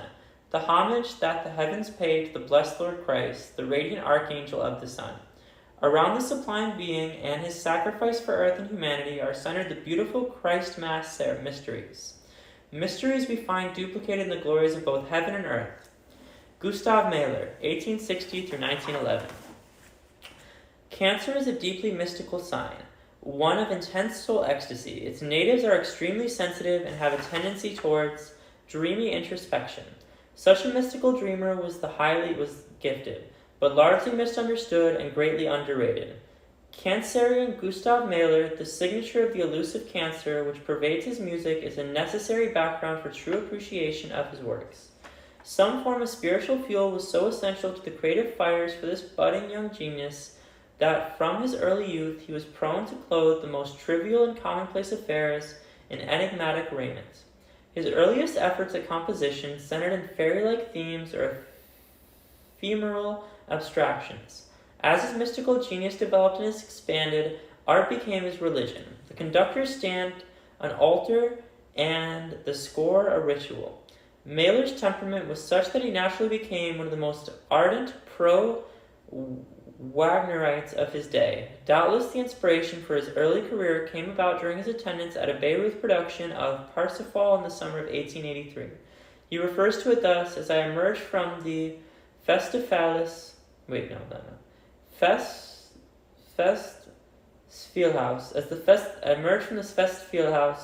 too moved to utter a word, I knew that the loftiest and most agonizing revelations had just come to me, and it would remain with me throughout my life. It was under the inspiration that he composed his beautiful Resurrection Symphony. This inspiration. Typically Cancer, Mahler was a devout nature worshipper. His sensitive soul was torn with sorrow when he cried, "O my beloved earth, oh, when will you take the abandoned one into your lap? See, mankind has driven him forth, and he flees from its cold, heartless bosom to you. Receive the lonely, restless one, O eternal mother." He found both comfort and courage in the holy place of nature, and also the devotional impulse he has woven into his symphonies. We find him incorporating songs of the flowers and voices of the winds into his music. He wrote, "I climb the hills caressed by the breath of God. I go to the meadows where the tinkling of the harp bells lulls me to dreaming." Of the many Mahler symphonies, special mention must be given to the Colossal 8, which, in its profound implications and magnificent of concept, takes place along with Beethoven's Ninth. Says the composer regarding this symphony, "Imagine that the whole universe begins to sound in tone. The result is not merely human voices singing, but a vision of planets and suns coursing about." And this is about how everything has a vibrational rate, everything's vibrating, and sound is vibration. This stupendous work, the Symphony of 1,000, as it is often called by reason of the augmented orchestra and the large chorus required for its presentation, was given its dual American premiere by Leopold Stokowski in New York and Philadelphia in 1916. During the 1948 season of symphonies Under the Stars in Hollywood Bowl, it was given its first West Coast hearing under the inspired direction of Eugene Ormandy. The color note of Cancer is a shimmering leaf green shot through with silver. Mahler's color note begins this green silver sheen into which is interblended the soft blue of devotion. This blue tone is especially pronounced in the music of the Eighth Symphony. The color note of Cancer is a shimmering leaf green shot through with silver. Mahler's color note bears this green-silver sheen into which is interblended the soft blue of devotion. This blue tone is especially pronounced in the music of the Eighth Symphony. The music of this New Age composer, who catches the rhythms of the incoming Aquarian age, may be used to develop psychic abilities and etheric vision, and to awaken latent spiritual centers. It is also effective in the cultivation of a sense of beauty, an attribute so greatly neglected in this mechanized era. Without it, the gracious, harmonious order of the new day can never be realized. The highest significance of Mahler's genius may be said to consist in its power to lead its hearers into a divine adventure of the soul, where the seen and the unseen are one, and where this life and the afterlife merge into a unity. Next up is Leo, Lords of the Flame, Chapter 5. Oh, time to finish the jointy poo.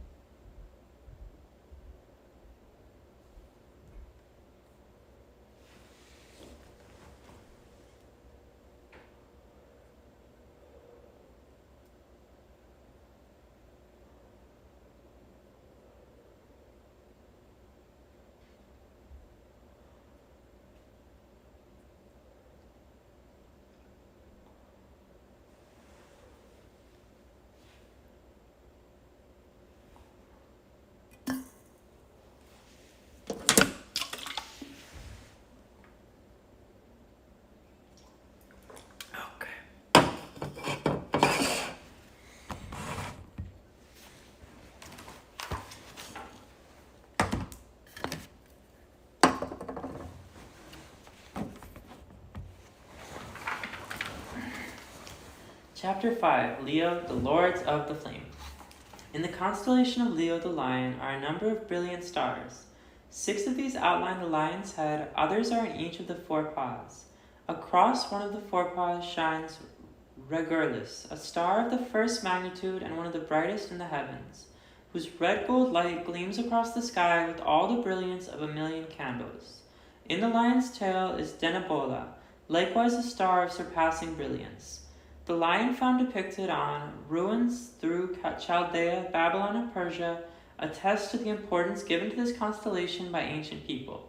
Its importance goes back, no doubt, to the period when the summer solstice occurred in the sign Leo. The fiery script of the stars contains not only the story of human evolution, but also outlines the path of initiation as taught in mystery temples of old. In the intimate connection between the sign Leo and the next adjoining sign Virgo, symbolized by a feminine figure, is to be found the origin of the Egyptian Sphinx, part of a mystery temple where the head of a woman is joined to the body of a lion. All the fire signs are transmutative in their power and action. One of the most sacred of early-day hieroglyphics is a symbolic representation of the Sphinx. It depicts a young maiden standing beside a crouched lion and closing its mouth with her hands, symbolic of the ultimate attainment of the initiatory quest whereby the brute force or animalistic aspect of man's nature is subdued and transmuted through the power of spirits. The hierarchy of Leo, Lords of Flame, aided humanity in its early development by awakening the highest side of its threefold nature, and by radiating from the fiery center that which became the very essence of man's physical body. This hierarchy has also progressed beyond our solar system, contacting it only from the high plane known as the world of virgin spirits.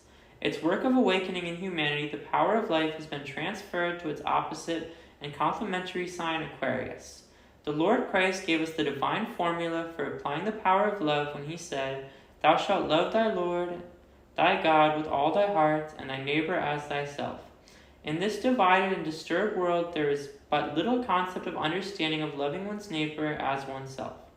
The hierarchy of Aquarius will aid the human races in its developments. In the Aquarian age, the glorious ideal of the fatherhood of God and the brotherhood of man will become a reality in the hearts and lives of men. The musical keynote of Leo is A sharp major. Relaxation and renewal for Leo natives will be found in the music of Claude Debussy, music that is both stimulating and inspiring, particularly suitable as an accompaniment to prayer and meditation because of its mystical quality, is the score of Peleus and Melisande, also the Afternoon of a Faun, wherein the ideal and the actual forces of the inner and outer worlds meet and unite. As previously observed, the fire signs are all transmutative in nature. For Leo natives who are working with the process of transmutation, we would suggest power music, whereby purely human forces are sublimated into spiritual forces. Such music is provided by Beethoven's symphonies. And the next is Achille Claude Debussy, 1862. It is natural that a Leo should be attracted by things leonine. In the case of Debussy, the fact was conspicuous in his great love for cats, household pets that come under the rulership of Leo. Debussy's strongly marked feline likes and characteristics occasioned no little comment among his intimates. André Soros, in his literary portrait of the composer, observed that just as a cat rubs itself against the hand which strokes it, so Debussy caresses his soul with the pleasure which he invokes. It's a short chapter. In his home, Debussy surrounded himself with cats, Angoras being his favorite breed. His passion for the felines is well illustrated by the following incident. It was a day when his cupboard was bare, so he reluctantly disposed of one of his early piano pieces to buy food. Did he purchase at the market the edibles his physical hunger demanded? Not so. Instead, he bought a porcelain cat to adorn his apartment. He carried his cat fancying to the point that his favorite Parisian rendezvous was the celebrated Chat Noir, its name being in homage to the huge crouched feline figure done in forged iron which serves as its sign. Here Debussy consorted with contemporary artists of his day. In common with the pets he loved so much, Debussy loved solitude. He was also of an artistic and amorous nature. Despite his feline movements, slow, deliberate, and graceful, he was deeply passionate when aroused. His creative genius was distinctly new-aged. Debussy was aptly described in his own country by the expressive phrase, très exceptionnel, très curieux, très solitaire. Debussy's music was a bridge between the music of a passing age and that of an incoming age. As a New Age composer, it was his constant aim to bring about what he termed freedom of music. He declared, "I try always to free music from the barren traditions which stifle it. I am for liberty. Music by its very nature is free. Every sound you hear around you can be reproduced. Everything that the keen ear perceives in the rhythms of the surrounding world can be represented musically. Thus it is that in Debussy we are in the presence of one of nature's high priests of music. To him, the primary purpose was not to reproduce the musical rhythms of nature, but to interpret the relationship existing between nature and man. His establishment of this accord was due in part to the nature spirit's hence. His music can be described as an interpretation of nature and of nature's messengers. This inspired interpreter had a gift for depicting festivals of the future as they would be when man came into a more harmonious relationship with nature. On which subject Debussy had this to say: I can imagine music especially designed for the open air, all on big lines with daring instrumental and vocal effects, which would have full play in the open and soar joyously to the treetops. Certain harmonic progressions which sound abnormal within the four walls of a concert hall would find their true value in the open air. Thus art might find regeneration and learn the beautiful lesson of freedom from the efflorescence of the trees. So the very air, movement of leaves, the perfume of flowers would mark together in mysterious union with music, which would bring all the elements into such natural harmony that it would seem to form a part of each. In this way it could be proved that music and poetry, alone of the arts, dwell in space. It is my belief that this ideal will be the dream of future generations. The strange harmonies characteristic of Debussy's music marked him from the beginning of his creative work as a revolutionary in the harmonic sense. They sound many of the nature spirit rhythms that are inaudible to the average person's hearing, but were caught by the devotee and reproduced through the ecstasy of his adoration. Debussy was also a poet and a painter, though what he had to express through these art forms found more adequate expression in his musical scores. He was a poet of night and of dawn, of moonlight and of velvet shadows, of mists and of perfume, and was at the same time a painter of dryads and fauns, of arabesques and fantasies so delicate and ethereal that their forms quiver in soft outlines of harmony, only to dissolve quickly before a wandering and enchanted vision. Never a formal religionist, nature was Debussy's God, and his adoration of her manifestations was his religion. Although none of his 100 or more compositions can be termed sacred, music in the orthodox sense, yet his intimate attunement with nature forces enabled him to make audible voices, the voices of angels, the fairies, dryads, and nymphs, a truly spiritual contribution to our time.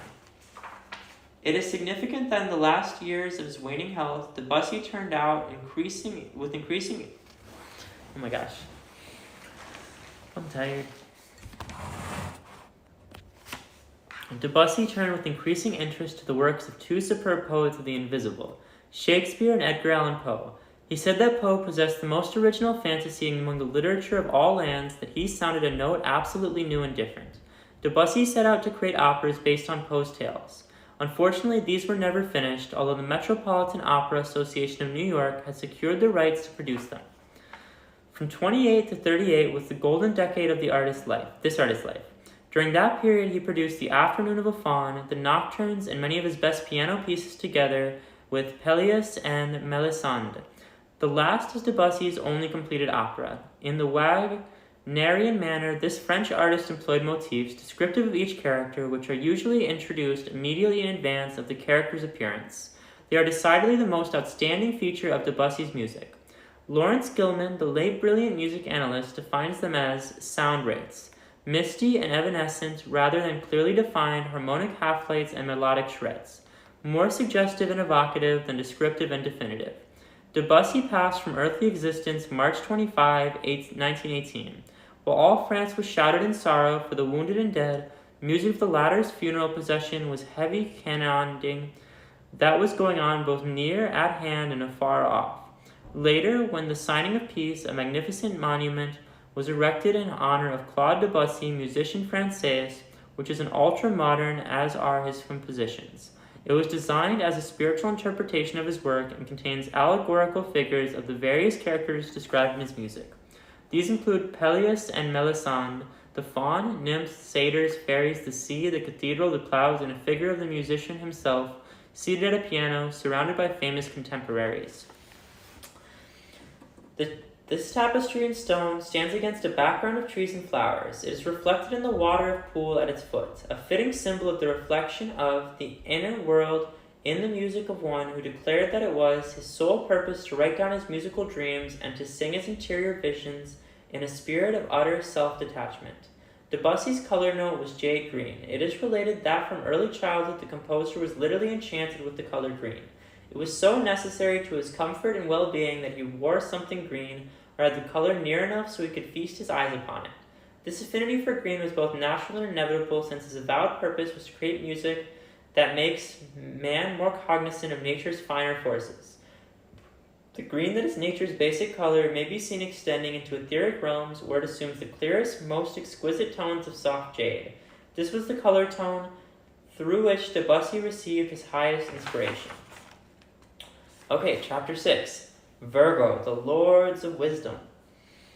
I don't know why I said it like that, but I don't know, I like that. I'm gonna make myself some nice tea. Let me take a moment. Come with me. Bobbity boop, buddy, buddy, buddy boop. I'm gonna make some tea for me to soup. Beep, buddy, bee, beep, buddy, bee. I started this book late so tiredly. I hope this mug is microwave safe. I assume it is, but I'll take my chances. It's time for me to find out. I'm so tired. I shouldn't have started this book so late.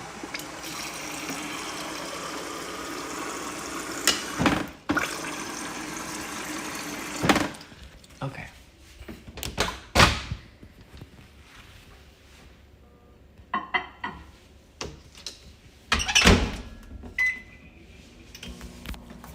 Okie dokie. And I think that I'm running low on groceries. I need to go grocery shopping tomorrow. But it's okay. I have enough for some nice meals tomorrow. And then it's time to go grocery shopping.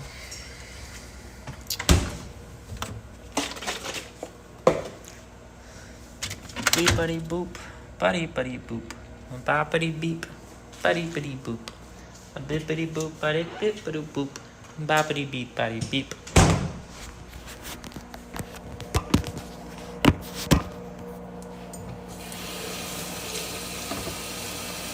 Pardon the interruption, I hope you don't mind.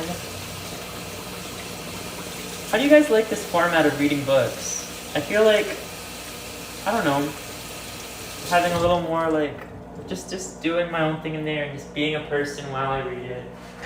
Makes it feel more, it just makes the whole thing more authentic. It's like less manufactured, and it makes you feel, it's like you're really, although you're watching a recording of this, it's like you're here, you know? Listening to me read this book, and I like it. I like reading. Okay, so I'm gonna have one of these, the last of these Itoen matchas. This was a pretty good matcha. I liked it. I need to clean up my kitchen.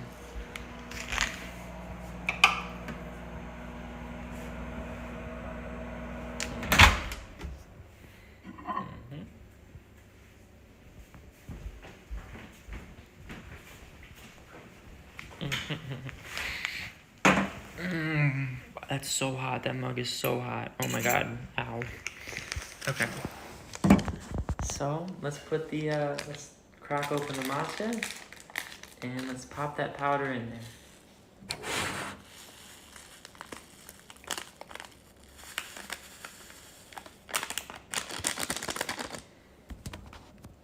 And now I just give it a little stir.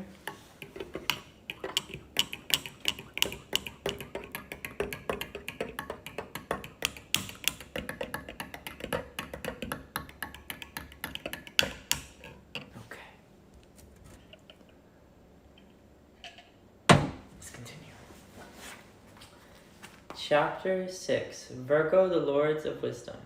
Virgo is the only constellation represented by a feminine figure, a beautiful maiden outlined in stars, her right hand raised as though blessing the world. In her left hand she holds a sheaf, of which adorned by one of the zodiac's most magnificent lights, Spica, another star of the first magnitude.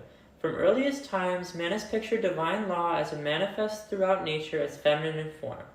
Many temples erected by early civilizations were dedicated to the worship of the virgin goddess and her radiant star, and all great world religions found their prototype in Virgo. She is the Ishtar of Babylon, the Isis of Egypt, the Persephone of Greece, the Ceres of Rome. To her were ascribed the seasonal changes, the cold darkness of winter and the warm brightness of summer. When the Egyptian Isis went in search of the body of Osiris, the earth put on somber robes of mourning. When she returned, she brought with her the shimmering garb of gladness. In Greece, Persephone, the beautiful daughter of Demeter, Roman Ceres, was gathering flowers in the forest when she was carried away by Pluto, god of the underworld. The earth wept as the mother searched for her daughter. Flowers and fruits languished, and harvest fields were bare. Then Jupiter decreed that Persephone must be restored to her mother 6 months of the year. Those were the months when beauty and abundance reigned on earth. The Babylonian goddess Ishtar journeyed through the 7 gates leading to the underworld in search of her dead husband. At each of these gates, she was required to surrender some of her possessions. At the entrance to the 7th gate, she stood completely nude. She had nothing more to give. This is a veiled story of the 7 lesser mysteries upon which ancient religions were founded. The mystic key is the same to both ancient and modern temple teachings. Before one can receive all, he must be willing to renounce all. Service and sacrifice are the keynotes of initiation, of motherhood, and of Virgo. The hierarchy of Virgo is comprised of the lords of wisdom, who contact this planet by means of the sphere known as the world of divine spirits, highest of the spiritual realms. At the beginning of human evolution, the hierarchy of Virgo awakened within developing man a spark of the Christ consciousness and radiated from themselves the germ of that essence, which was to become his vital or etheric body. Their present work, which mankind is to teach the true meaning and purpose of wisdom, wisdom has been defined as crystallized pain. It is the distilled essence of experience, of pain and pleasure, sorrow and joy, darkness and light. Under the tutelage of Lords of Virgo, man is slowly but surely developing true soul wisdom. The mystical keynote of Virgo is F natural. Virgo is an earth sign, and its natives are compatible with all nature music. Relief from nervous tension, physical renewal, and mental stimulation will be attained by the music of Sibelius in Greek, as an accompaniment to periods of prayer and meditation. We recommend Beethoven's Pastoral and 6th Symphony. Giacomo Meyerbeer, 1791 through 1864. Giacomo Meyerbeer was born in Berlin, September 5, 1791. His father, a Hebrew, was one of Prussia's richest citizens, and his 3 brothers grew up to be men of distinction. Giacomo's fame eclipsed them all, for he won a place of the greatest importance in the history of 19th century musical art. From his childhood, he showed evidence of remarkable talent, and at the age of 9 gave his first public concert in Berlin, at which he made a lasting impression on all who heard him. Proud of his young son's genius, his father spared neither time nor money in procuring for him every possible musical advantage. Outstanding in both performance and composition, the youth was finally brought to the attention of the celebrated Abbe Vogler, whose school of music was perhaps the most famous of his day, and he himself was the foremost theoretician of the time. Meyerbeer spent a number of years as a member of the Abbe's school, where he formed a beautiful and lasting friendship with Karl von Weber, which grew more and more intimate until the latter passed. Oh my gosh, I could be wrong, but it could be a historical gay guy, or they're just really good buds. The theory and discipline of the Vogler School were representative of the concept that music was a sacred art and should be pursued in a serious and reverent attitude. The house of Abe Vogler was a patriarchal, the students devoting themselves entirely to spiritual contemplation, serious study and practice, entirely to... Each morning the maestro gave his pupils an oral lesson and counterpoints, after which they were assigned some musical subject, often something sacred such as song, kyrie, ode, or dramatic scene. Taking it as a basis, they were required to create a composition of their own. In the evening, the pupils were assembled to hear the teacher perform, dissect and criticize each composition in turn. This procedure was perfect training for the Virgo mind and temperament of Giacomo Meyerbeer. The thoroughness of his Virgo nature made him seek exciting analysis and constructive criticism as a means of helping him to greater achievement. His goal was perfection. Also, the spiritual atmosphere of the house was the most congenial to this student, as the innate purity of the Virgo native is in harmony with all that pertains to the higher life. On Sundays, the entire student body went to the cathedral where there were 2 organs. The abbé took his place at one, while each of the pupils played the other in turn. This became a sort of academic tournament, the highest score being made by the pupil who best developed the theme improvised by the maestro. During his school days, Meyerbeer composed a number of sacred odes and oratorios, which he held ever as being too sacred to be made public. Then it was that his soul experienced the deep spiritual realization that made such a marked impression on his later work. The huge knots and Les Prophètes, for example, compositions which earned him the reputation of being the finest composer of his time. Meyerbeer was to attain to his greatest heights in Paris. Neither Germany nor Italy fed the divine spark of genius within him. For it to come into its most perfect flowering, this honor was reserved for France, where destiny guided him and brought him into his own. It was in France that he found the inspiration for his 4 great operas, the Huguenots, Les Prophètes, Robert le Diable, and L'Africaine. The last did not have its premiere until a year after the composer's death, which occurred in Paris, May 2, 1864. Meyerbeer was doubtless the greatest dramatic musician prior to Richard Wagner. The following musically biographical paragraph about him might easily appear in the astrological textbook delineating the characteristics of Virgo. He neglected no detail, no effect, no method that enabled him to augment his resources. To complete his thought, in a word, to attain perfection, nothing dismayed him. He spared no pains to realize his ideal, to obtain the result at which he aimed, and he never felt that he had done a thing so well that it could not be improved. Thus his works have the solidity of marble and the strength of iron, and if a blemish be sometimes discovered in them, it is like that spot on the sun which do not interfere with its dazzling lights. Meyerbeer's color note was pale, soft yellow, and his music may be used for intensifying spiritual perception. Okay, next up is Libra, Lords of Individuality, Chapter 7.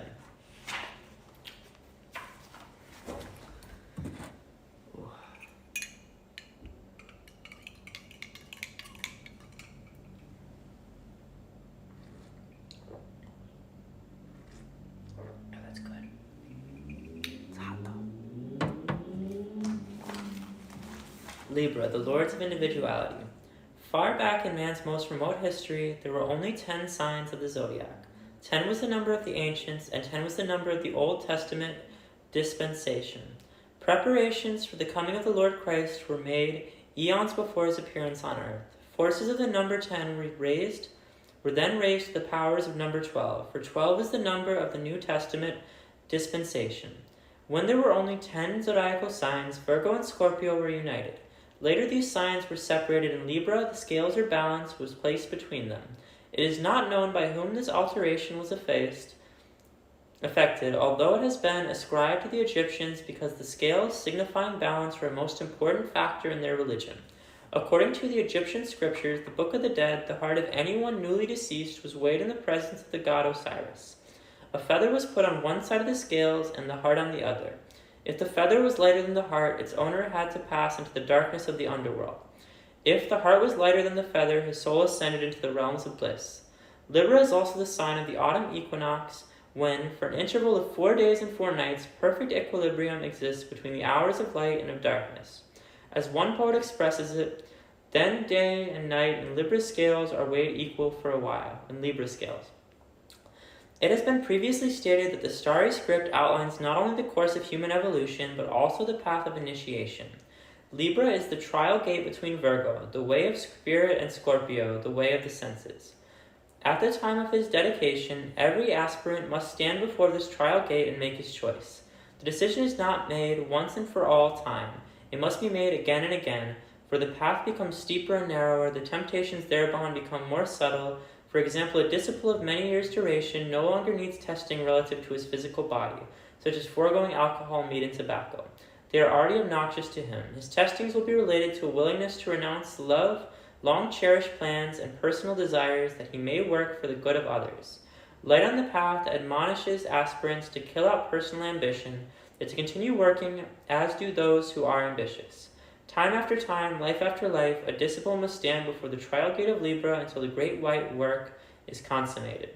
The shining ones of the hierarchy of Libra are known as the Lords of Individuality. They contact the earth by means of the world of life spirits, also known as the realm of Christed consciousness. At the outset of human evolution, this hierarchy radiated from itself the divine seed germ of man's emotional body. Now it is working with pioneers of the human race to bring about a higher individualization of its egos. The lords of individuality are teaching those who will accept their instruction how each individual ego may become one with the whole. The musical keynote of Libra is D major. It is a sign of harmony, love, and beauty, so the Libran native is closely attuned to music wherein these qualities predominate. For relaxation, renewal of the physical and mental bodies, inspiration and awakening of one's spiritual faculties, the music of Libra's own sun is recommended. We refer to Giuseppe Verdi, the celebrated musical genius. The color pattern in which Verdi's music is centered is a soft, deep rose, often called old rose. This is the humanitarian love color. Giuseppe Verdi, 1813 through 1901. Giuseppe Verdi, master of lyric melody and of truly Libran heritage, was born October 10, 1813, in the small Italian village of Ronco, home of approximately 200 impoverished peasants. Like most of the members of his community, he was born into a life of dire poverty. Italy was then made up of many restless and impotent little states under the yoke of foreign domination. Raised amid community inharmony, political and social, and extreme financial stringency in his home, Verdi's heart was touched by the struggle and aspirations of humanity at large, and his selfless sympathy found release in lyric music. His compositions gave expression to the Italian people's dream of freedom, their rebellion against bondage, and their intense love of the beautiful. Verdi made a masterly musical transcription of the sheer ecstasy that an Italian experiences as he does homage before the shrine of beauty. His was the musical voice of his country, pleading her before all the people of earth, and his fellow countrymen came to recognize this fact during Verdi's lifetime. Although he had requested that his funeral be carried out with the utmost lack of ostentation, the entire Italian populace observed his passing with obsequies, glorifying the one who had contributed so greatly to the cultural riches of the nation. On the day of the funeral, the nation rose en masse at dawn to pay honor while his glorious music was broadcast to his native land and to the world at large. The famous conductor Arturo Toscanini had led a chorus of 900 voices, and spontaneously an audience of no less than 3,000 joined in the singing. Among that throng was golden voice Enrico Caruso. The selections were taken from Nabucco, one of Verdi's earliest and best-loved operas. Verdi's entrance upon the physical plane was hailed by strolling players who came to sing their greeting under the windows where he lay. His return to higher realms was to the accompaniment of his own music as the voices of the Italian people were lifted in songs of thanksgiving, blessing Verdi for the joy and beauty he had brought into their lives. It was fitting indeed that the spirit of this great lyricist should be enfolded in waves of ineffable harmony at the beginning of his life and upon its triumphant conclusion. Giuseppe's guardian angels were verily of the musical ray, and numerous are the recorded instances of their divine protection. When he was but an infant in arms, the little village of his nativity was invaded by a band of boisterous, carousing Cossacks.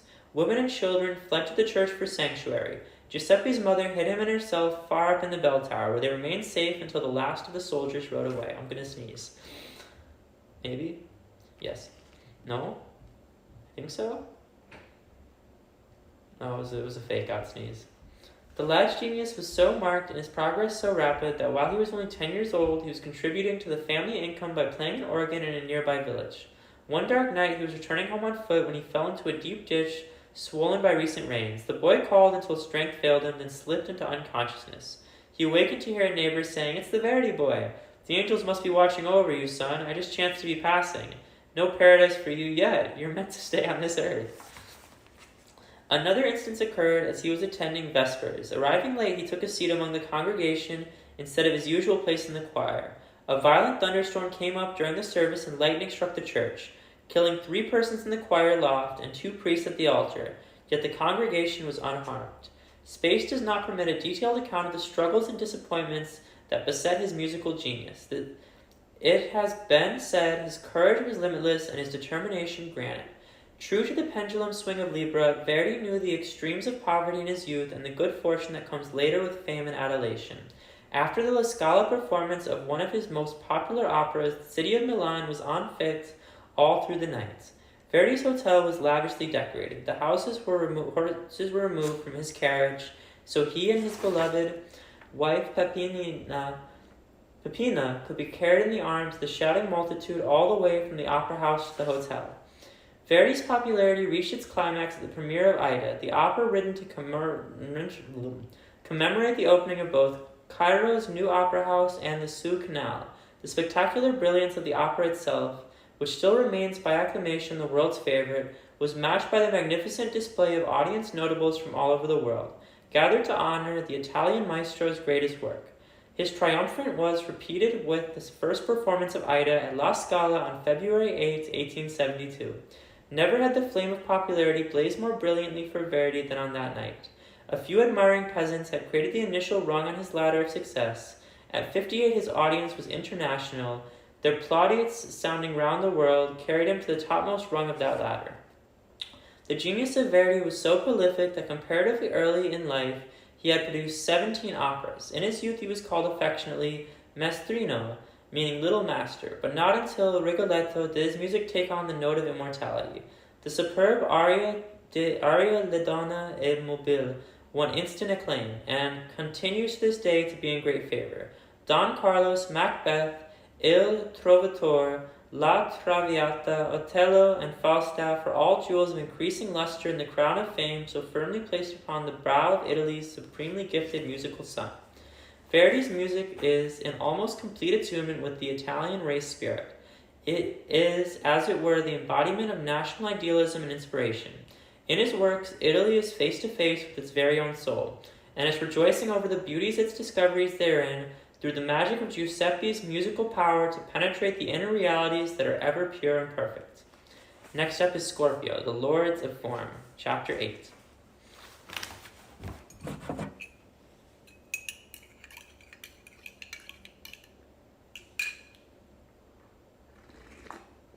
that's so good. It's so good.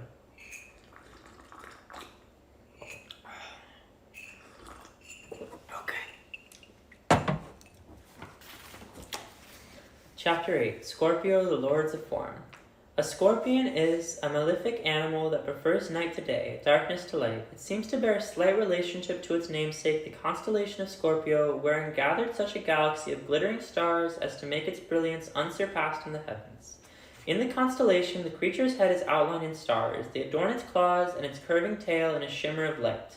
Set in the very heart of the scorpion is the famous red star Antares, a star of the first magnitude.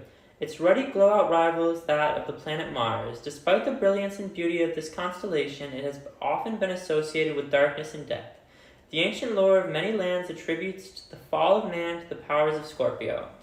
As the plan of human evolution and the path of initiation are outlined in the stars, so also is the eternal struggle between good and evil. On the opposite side of the heavens from Scorpio is one of the sky's most dazzling spectacles, the constellation of Orion.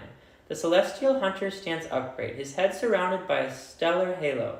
His belt is comprised of the three famous lights, and others gleam from his shoulders. One of them is Betelgeuse, also of the first magnitude, whose lustrous red light illuminates the whole area round about. Adorning one side of the body is Rigel, first magnitude, whose blue-white light gleams like a benediction. The merest amateur among astronomers is familiar with the dark nebula located within this constellation.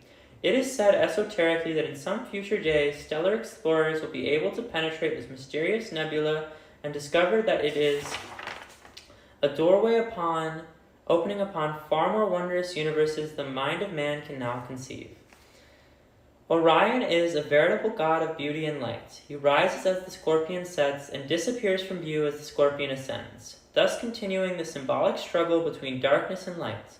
Orion is identified with Marduk, sun god of the Babylonians, Ra, sun god of the Egyptians, Phaeton, sun god of the Greeks. It was Phaeton who, in his chariot drawn by fiery steeds, attempted to visit all the constellations. He passed safely through them until he reached Scorpio, where one of the horses felt the sting of the scorpion and plunged downward. Phaeton and his chariot fell to their destination on the earth below. This was a Greek legend relative to the fall of man, and the people said this disaster occurred as the sun was the transiting sign Scorpio. The Lords of Form make up the hierarchy of Scorpio. They contact the earth through the sphere known as the world of abstract thought. In early stages of human evolution, the hierarchy of Scorpio taught humanity how to build form. In order for man to function on the physical plane and learn Earth's lessons, it was necessary that he should have a body composed of physical substance.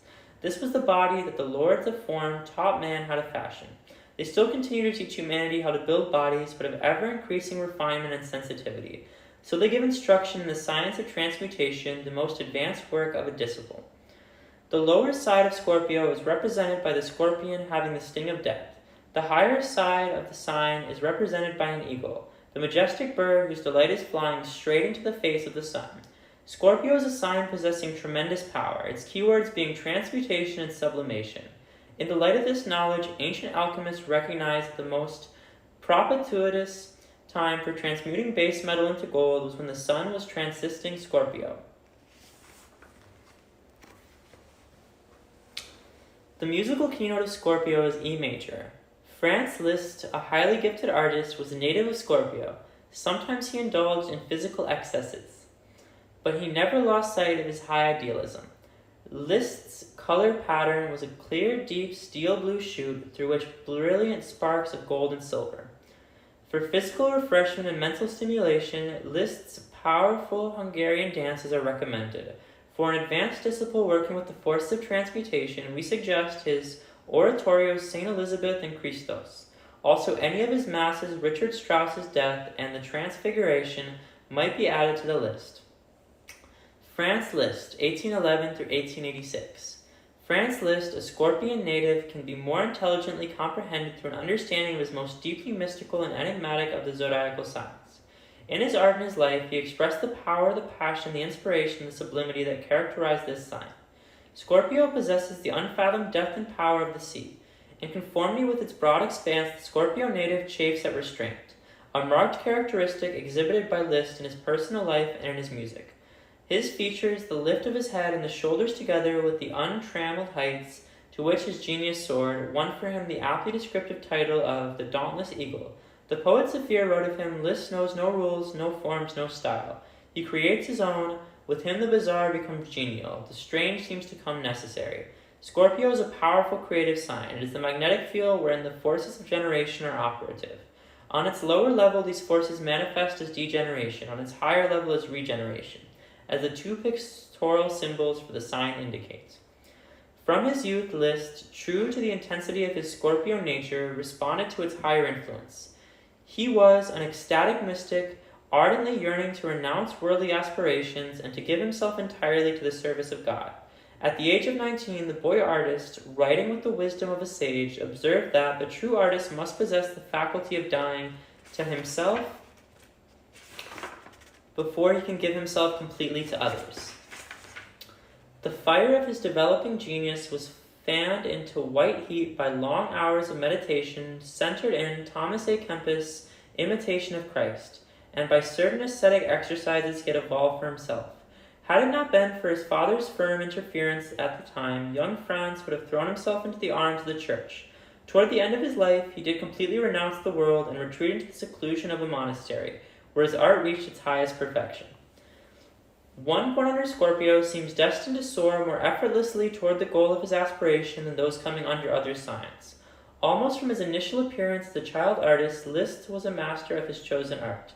His triumphant performance at La Scala, when at the flood tide of his genius, is described thus: "That which is properly the spirit, the very breath of genius, can only be experienced but never described. Imagine a thin figure with narrow shoulders, his long hair falling over his face and down his neck. An extraordinarily spiritual face, pale, most interesting, an eye that reflects every thought, glittering in conversation and full of goodwill. When he sits down at the piano, he passes his hand through his hair. Then his glance grows fixed, his breast calm. Only his head and the expression of his face show the emotions he is experiencing. It is impossible to give any description of his playing. One must have heard him. So unusual were the qualities of this musician that he was sometimes referred to by his devotees as having the face of a man-angel and as possessing a miraculous life. After hearing him, Clara Schumann said, Liszt can be compared to no other virtuoso. He is the only one of his kind. He arouses both fright and astonishment, though he is a very lovable artist. Another of her comments brings out the depth of the power of the Scorpio nature. His attitude at the piano, she wrote, cannot be described. He is original, he grows somber at the piano, and his passions know no limit. To like effect wrote another musical critic. The audience looks at one another, dumb with surprise, and after a sudden storm in a Syrian sky, and he, the Prometheus, who with each note has forged a being, his head bent, smiles strangely before the crowds that applaud him madly. In his personal life, Liszt's alternated between the heights where the eagle lifts undazzled eyes to the heart of the sun and the low ground where crawls the scorpion to distill its poison. Liszt, unobserved, would often slip away from the cheering throng to spend the remaining hours of the night in church upon his knees. At other times he would take part in a sensual carousals so freely indulged in by those around him. After visiting the great cathedral in Cologne, Liszt wrote to a friend, "I don't know why the sight of a cathedral always moves me strangely. Is it because music is an architecture of sound, or because architecture is crystallized music? There certainly exists a close relationship between these two arts. One of Liszt's finest qualities was his eager and unselfish desire to be a friend unknown and struggling artist. Chopin, Schumann, and Wagner found their way to fame paved by kindly assistance of this man. He was responsible for the initial presentations of both Tannhäuser and Lohengrin." He wrote to Wagner, "As a pious churchman underlines word by word the whole imitation of Jesus Christ, I may easily come to the point of underlining note by note your Lohengrin. The alternating impulses that spring from the higher and the lower natures of a Scorpio native were well described by Liszt in terms of his own experience. I am still part of this world, but my mind and heart dwell in regions little known to others. Despite his deflections, the glory of his art was always his soul's pole star. True art is for the world's regeneration," he declared, and in the immortal glory of Liszt's music we find his true soul signature. During the final decade of his life, spent amid the quiet and peace of monastery gardens, so magnificent was the outpouring of his genius and dedication to the church that he received the name of Angelico of Music. It has been said that he will never be surpassed. Here he exalts all the riches of form and metaphysics. Franz Liszt was born when the heavens were lighted by the spectacular grandeur of a great comet, an augury perhaps of a life whose radiance still illumines the horizon. "My sole ambition as a musician," says Liszt, "has been and will be to cast my javelin into the indefinite spaces of the future." Okay, next up is Chapter 9, Sagittarius, Lords of the Mind.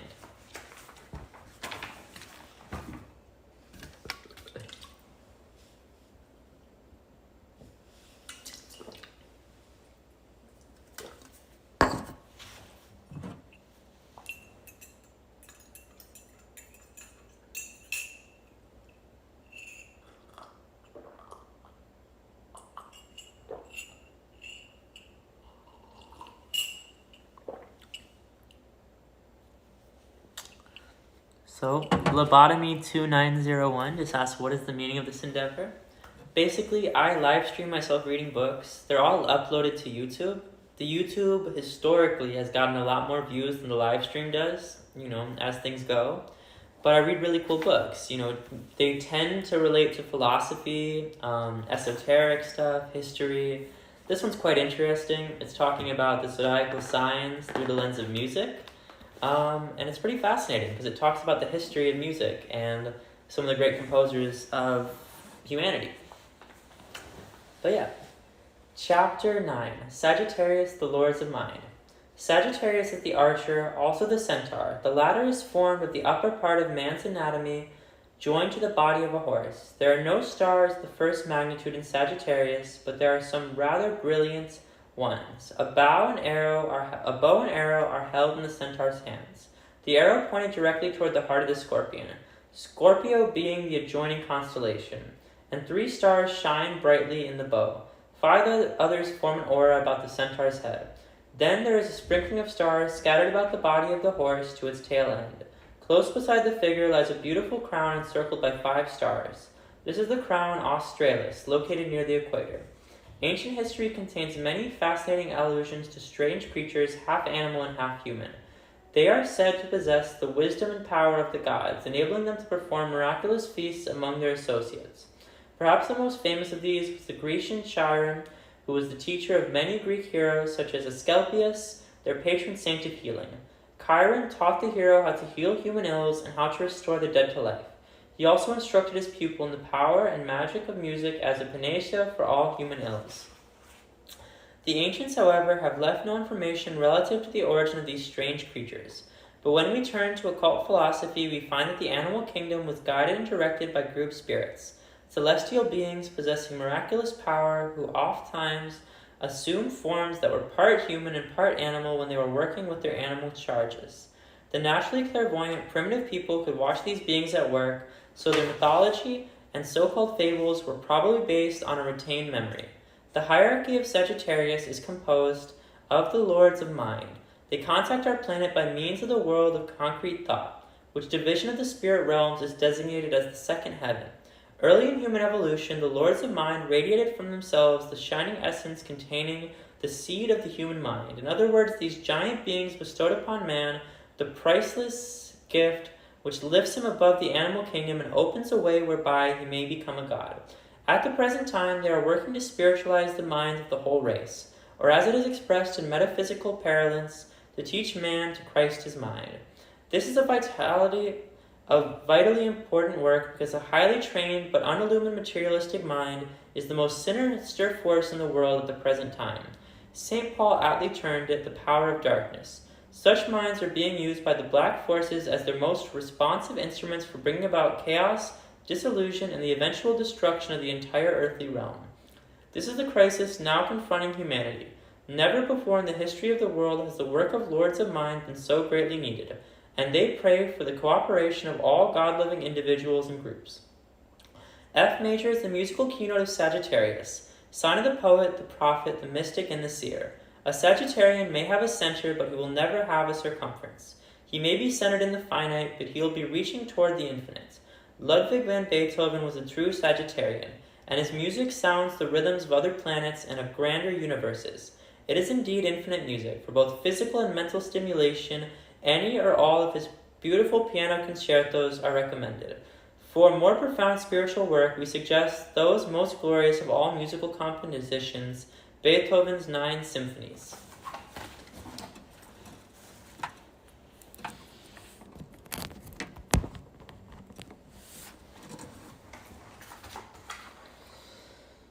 Ludwig van Beethoven, 1770 through 1828. Ludwig van Beethoven was and still is the high priest of the musical world, the supreme musical artist, the greatest master of them all. He was born December 16, 1770. Sagittarius, his natal sign, is the zodiacal home of such as have lost sight of their personal selves that they may follow their higher selves onto the most distant star. The illumined Sagittarian, as well described in the following quotation: the prophetic soul of the wide world dreaming on things to come. These lines are equally descriptive to the music of the Sagittarian, who has been described variously as the great mystic tone poet, the metaphysician of the musical world, the musician who felt, thought, and dreamed in tones. Beethoven was without a doubt an illuminati of the musical ray, sent by invisible hosts to perform a definite mission. He himself was well aware of that mission. The fact that it was not recognized by the world of his day was a source of deep regret to him. In fact, it was the chief tragedy of his life, evidenced by many of his personal letters to friends. For example, he wrote, "I must despise a world that does not know that music is a higher revelation than all wisdom and philosophy. It is the wine which inspires one to new generative processes, and I am the Bacchus who prepares out the glorious wine for mankind and makes them spiritually drunken. Well, I know that God is nearer to me than to other artists. I associate with him without fear. I have always recognized and understood him and have no fear for my music. It can meet no evil fate. Those who understood it must be freed by it from all the miseries which the others drag about with themselves. Music is one incorporeal entrance into the higher world of knowledge which comprehends mankind, but which mankind cannot comprehend. It is natural for the inspired Sagittarian to be lifted above and beyond normal sense perception and to go into transports of ecstasy. Such were the experiences of Beethoven, which he once recounted as follows: I am incited by moods which are translated by the poets into words, by me into tones that sounds and roar and storm about me until I have set them down in notes. According to a mystic aphorism, before the feet can stand in the presence of the master, they must be washed in the blood of the heart. Beethoven knew from experience the profound truth of this statement. From early childhood, sorrow accompanied him. His father was shiftless, improvident, and a habitual drunkard whose chief interest in his son was to exploit his budding genius for personal ends. His mother, who died while Ludwig was was still in his teens, placed upon him the care and responsibility of 2 younger brothers. It was with prophetic insight that he once declared he must live out his life alone, and so he did. His favorite brother, upon whom he lavished care and devotion, repaid him with callous indifference. His unworthy marriage proved to be a source of constant sorrow to Beethoven. After this brother's death, Beethoven looked to his nephew Karl for consolation and companionship. Here again, he met with a complete lack of sympathy and understanding, along with utter ingratitude as well. Thus, he was consistently denied the satisfaction of those close personal relations that every person longs for, and the great majority enjoy in greater or lesser measure. The underlying reason for all this is clear. Beethoven's museum to earth lay in his music. So the guardian of his destiny made sure no personal involvements would interfere with or fulfill with that mission. Beethoven wrote that his life was ordained for high purpose and notable accomplishment. So it was. After he was mellowed by suffering and strengthened by the process of detachment, his music assumed a historic mold. In its profound immensities and magnificent proportions, it sang of the glories of other worlds and of higher states of being. No one can follow understandingly the transcendent strains of the Eroica, the Third Symphony, without realizing that in it he's sounding the triumphant chants of the life victorious. In the splendor of his symphonies, he has traced steps whereby man progressively awakens to his divine destiny and rises majestically over his lesser self to a place of mastery. As in the life of the Christ, the universal way-sower, so in the life of the disciple who attains to initiation or an illumined life, Gethsemane and Golgotha are followed by the resurrection. This is the experience that Beethoven has transcribed in the triumphant chords of the Eroica. Each of his 9 symphonies depicts some aspect of the great overcoming. So with the 9th, the Symphony of Consummation, Beethoven was climbing his ladder of spiritual experience when he declared upon the completion of the 7th that he felt his soul had risen to heights in peace to serve him. As the composer's deafness increased with the years, it tended to isolate him more and more from human intercourse, but it also seemed to lift him into high realms where he drew divine inspiration for his final works. Ooh, that's brilliant. What I'm just realizing is that as he went deaf, he probably started feeling the music, like the physical vibrations of the sounds, and composing from there instead of composing through just his own auditory perception of the sounds. Wow. His 9th symphony, I'm sure I could look into that. I probably will. I'm sure that's the case. It has to be, right? Or it's just some internal compass that he went by. But his 9th symphony is a transcription of the soul transport he experienced on those lofty levels. Here are his own words, which he had framed and then placed them on his desk. I am that which is, I am all that was, that is, and that shall be. The first 3 movements of his colossal 9th depict the passage of the ascending spirit through the 3 heavens. In the final choral movement, he sounds the exaltation theme, which sweeps the soul into the very presence of God. The symphony as a whole gives expression to the supreme realization that all life is one and immortal. I'm going to take a picture of that quote. That quote is brilliant. And it's perfect for a character in a book that I am doing. So, I'm just going to, real quick. Perfecto. I needed that quote. That's the exact type of quote that was missing, and now I have it. As the composer's, where am I?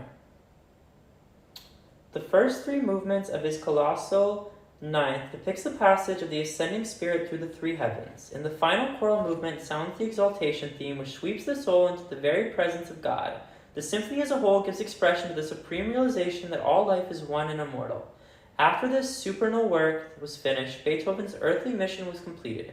His soul was set free to enter spheres where sound celestial symphonies of which his musical creations were even at their best but faint echoes. It is of these spheres that he sings in his final compositions, the A minor, the B flat major, and the C minor concertos.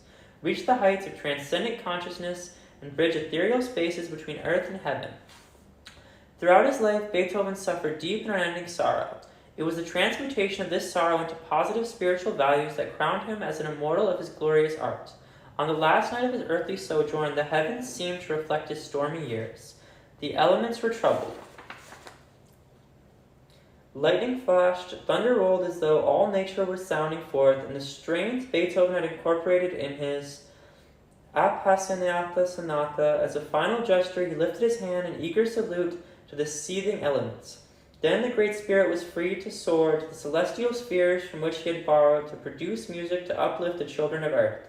Beethoven's color tone was a deep Jupiterian purple-blue, and the purpose of his compositions is to aid in the development of cosmic consciousness. Chapter 10, Capricorn, the Archangels.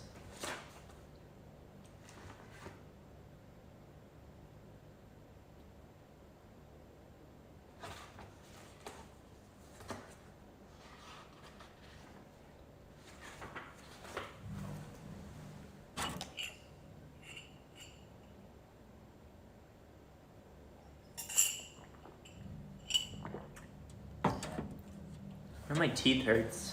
I need to go see the dentist. I need to get some dental insurance or something.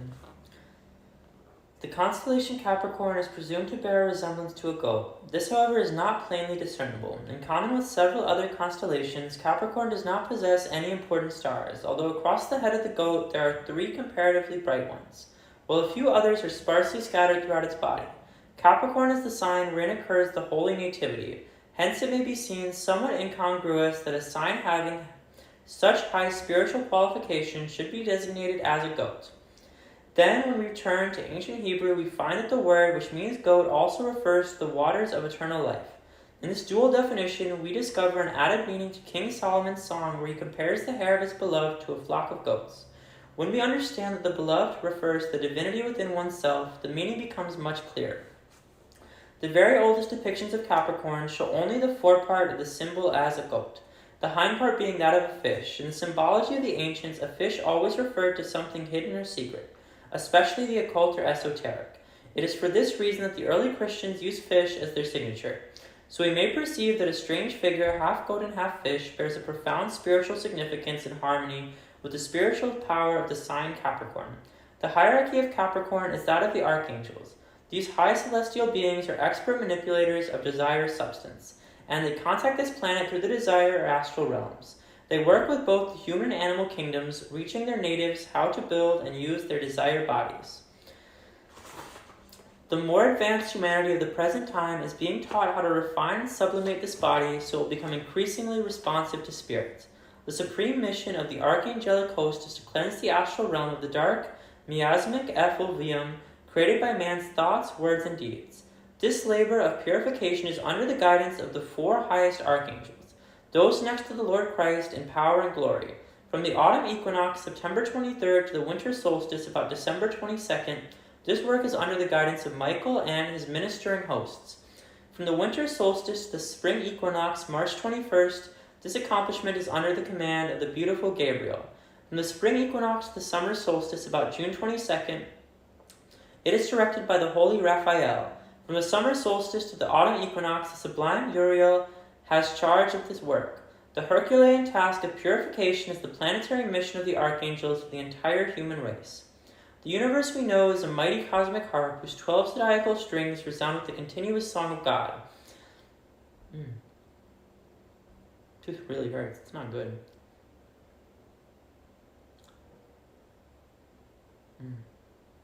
I need to go get a new mouth guard because I grind my teeth at night. And I tried on the old mouth guard yesterday and it really hurt and it just was no good. The universe we know is a mighty cosmic harp whose 12 zodiacal strings resounded with continuous song of God. Each constellation vibrates its own keynote, and the majestic ensemble creates the music of the spheres. This music changes each month as the sun passes from sign to sign. Nature responds in complete harmony with the cosmic symphony. Consequently, beauty and harmony are fundamental to her existence. The ancients instructed in their mystery temples regarding these truths were sufficiently sensitized to attune themselves to the varying rhythms and thus develop symmetry and beauty of form, vibrancy of mind, and a longevity entirely unknown to us in this materialistic age. Now that we are on the threshold of the Aquarian age, musical therapy based on stellar science is rapidly coming to the fore. Capricorn is a mouth of profound mystery and tremendous possibilities. The sun's entrance into this sign marks the wonder night of the year. The night when darkness is transformed into radiant light. It also inaugurates a season of introspection and recapitulation, inspiring seriousness and conducive to greater depths of meditation. The musical keynote of Capricorn is G major. An ego finds innermost accentuation in his life's work in the musical rhythms of the zodiacal sign, which open the door for its physical incarnation. Also, as previously noted, the hierarchy of Libra gave to man the initial germ of his desired body. The hierarchy of Capricorn is working to perfect that body. Therefore, the Capricorn native should receive much benefit and inspiration from musical compositions written in the keynotes of Libra D major and Capricorn G major. During the season of the Holy Nativity, one can receive much spiritual inspiration and soul exhalation from Christmas music. Previous mention has been made of this volume of the spiritual influence of such music. It is of enduring worth that will continue to live as long as the planet exists. This is particularly true of the Ave Marias, especially the ones by the Schubert. While hearing this music during holy season, those sufficiently sensitized will become conscious of a rare fragrance that always accompanies the love and blessing poured out by the Divine Virgin. During this season, it is extremely potent, for the Blessed Lady and her ministering angels are in close attendance upon the children of earth. Charles Wakefield Cadman, 1881 through 1946. Charles Wakefield Cadman is a well-known Capricorn and composer whose name is beloved wherever his music is heard. Born in Johnstown, Pennsylvania, December 24, 1881, this brave pioneering spirit turned to his life work early in his youth when he first visited the Omaha Indian Reservation. Indian music was his forte. With it, he did his best and most brilliant work. He wrote several Indian songs, among which Land of the Sky Blue Water is probably the best known.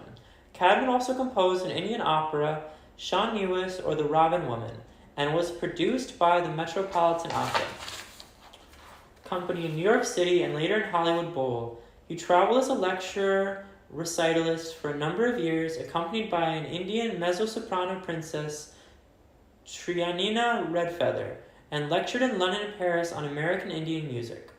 Music is a recapitulation of human experience recorded in sound. Among Indian tribes, the singer of historical narratives was second in distinction to the chief only. Their music retains something of the magic of Atlantis that was brought over by the Incas to the new Aryan continent. Its soothing harmonies are quite perceptible to Cadman's compositions. It is significant to note that Capricorn is an earth sign and the American Indians are children of earth in a very special sense, being closely attuned to nature.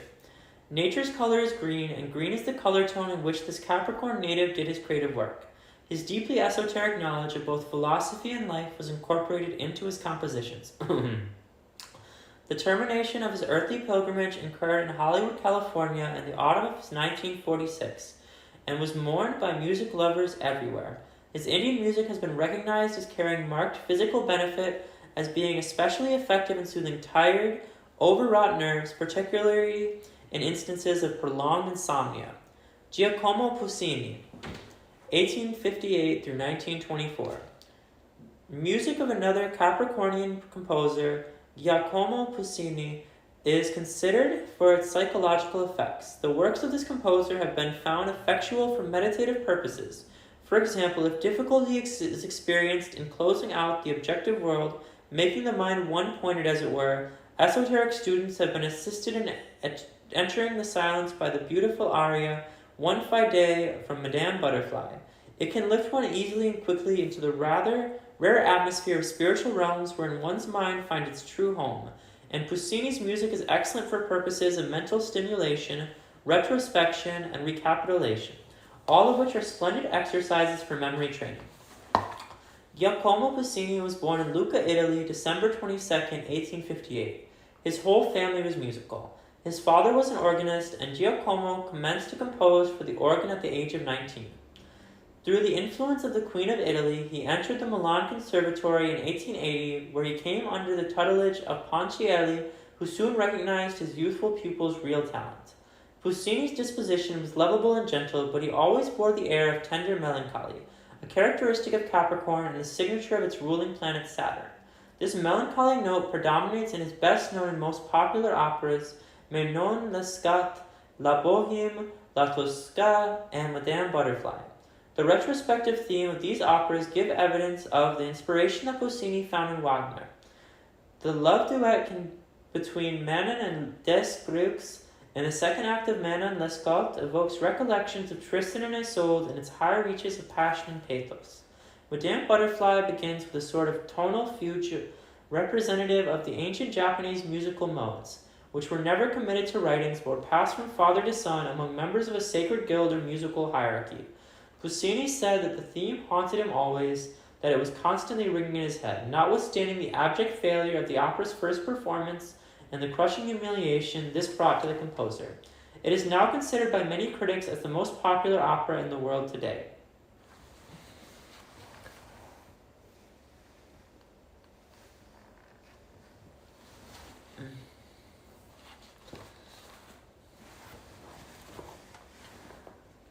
Plusho Freak says, I don't get it. When does Harry Potter show up in the books? I don't know. You gotta follow and stay to the end to find out.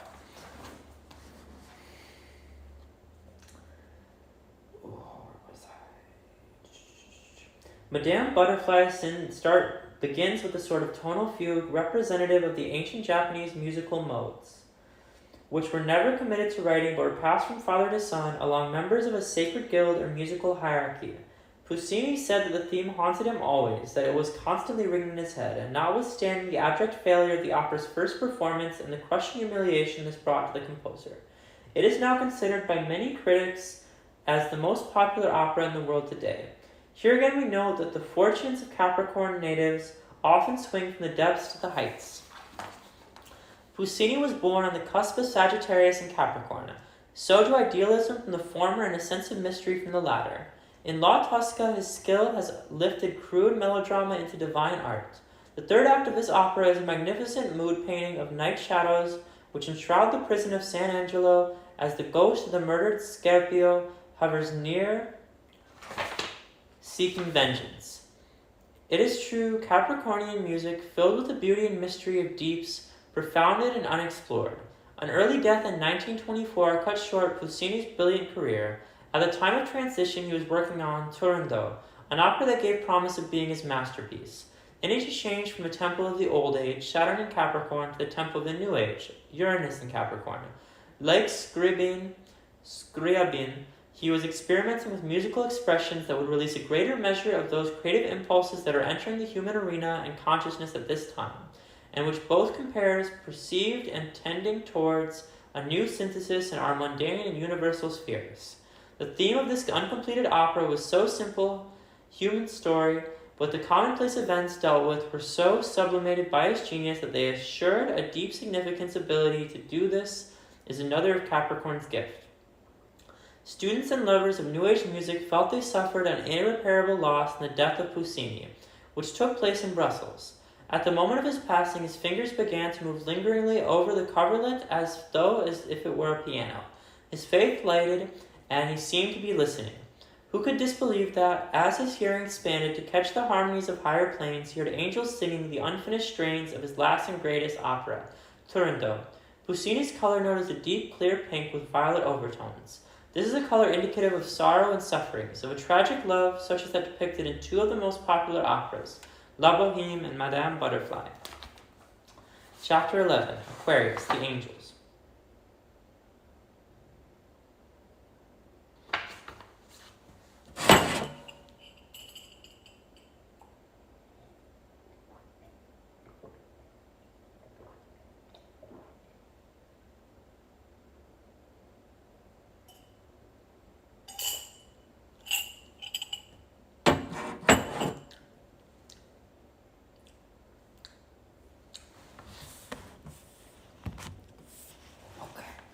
We're getting there, you guys.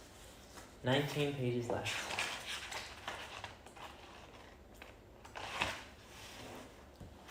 Aquarius is depicted as a youth holding a water jug or similar vessel, from which he pours its contents into the starry river encircling his feet. The ancients identified this river as the sacred waters of heaven. Varied are the many picturizations of Aquarius. Often the youth bears in his hands 2 cups, pouring water from one unto the sea, from the other unto the land. And where the land touches the sea, mysterious flowers have sprung into life. Hence he pours out the water of immortality, of which the new Aquarian race shall partake. It is the same water that Christ gave to the woman by the well in Samaria, telling her that when she drank of it, she would never again thirst. The youthful figure of Aquarius was looked upon by the ancients as the cupbearer who brought the water of immortality to the gods.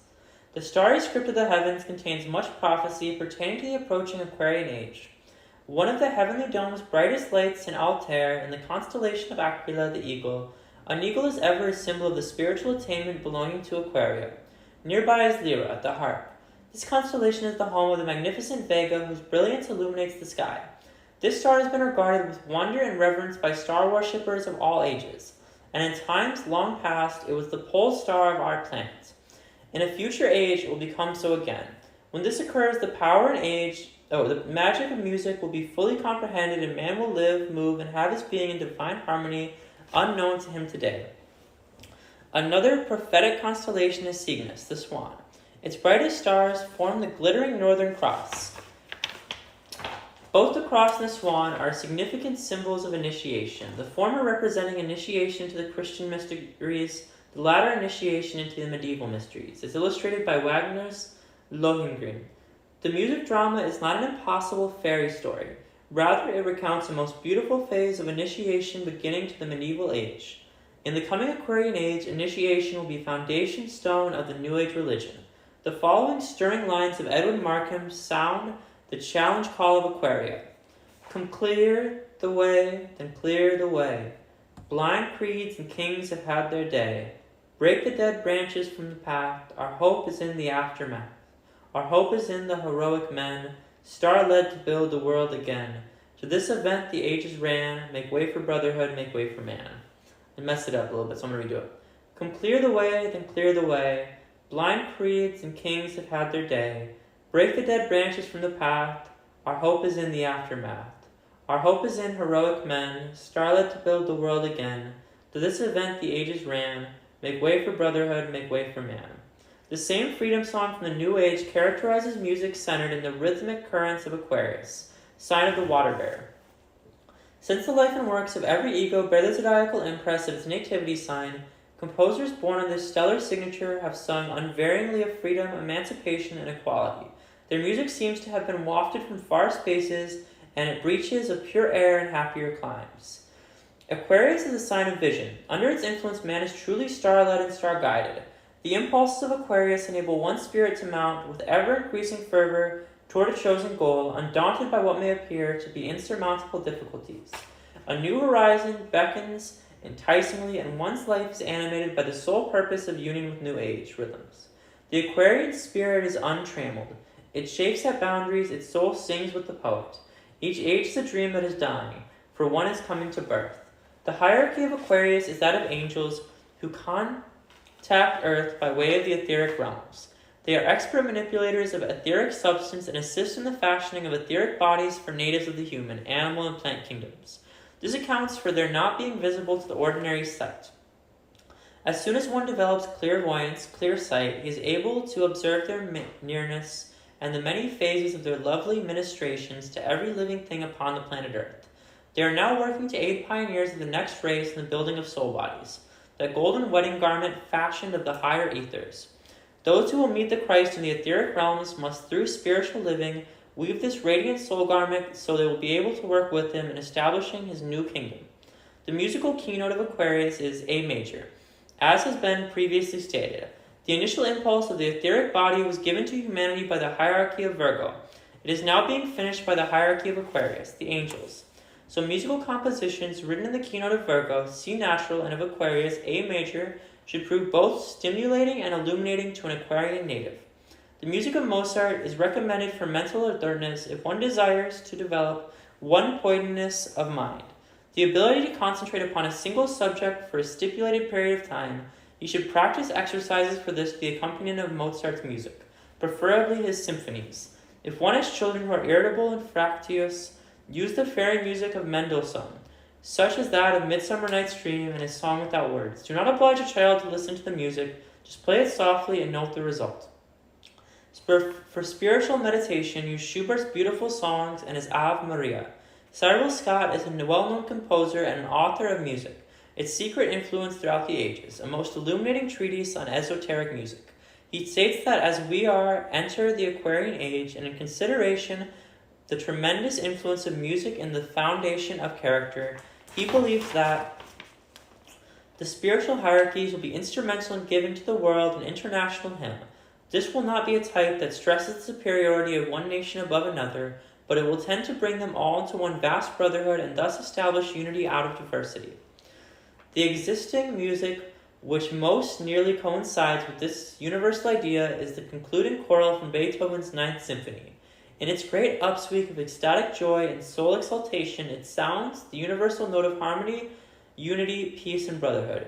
In it is heard the sublime chant, intoning the oneness of all and the allness of one, the ideal of every true son of Aquaria. Franz Schubert, 1797 through 1828.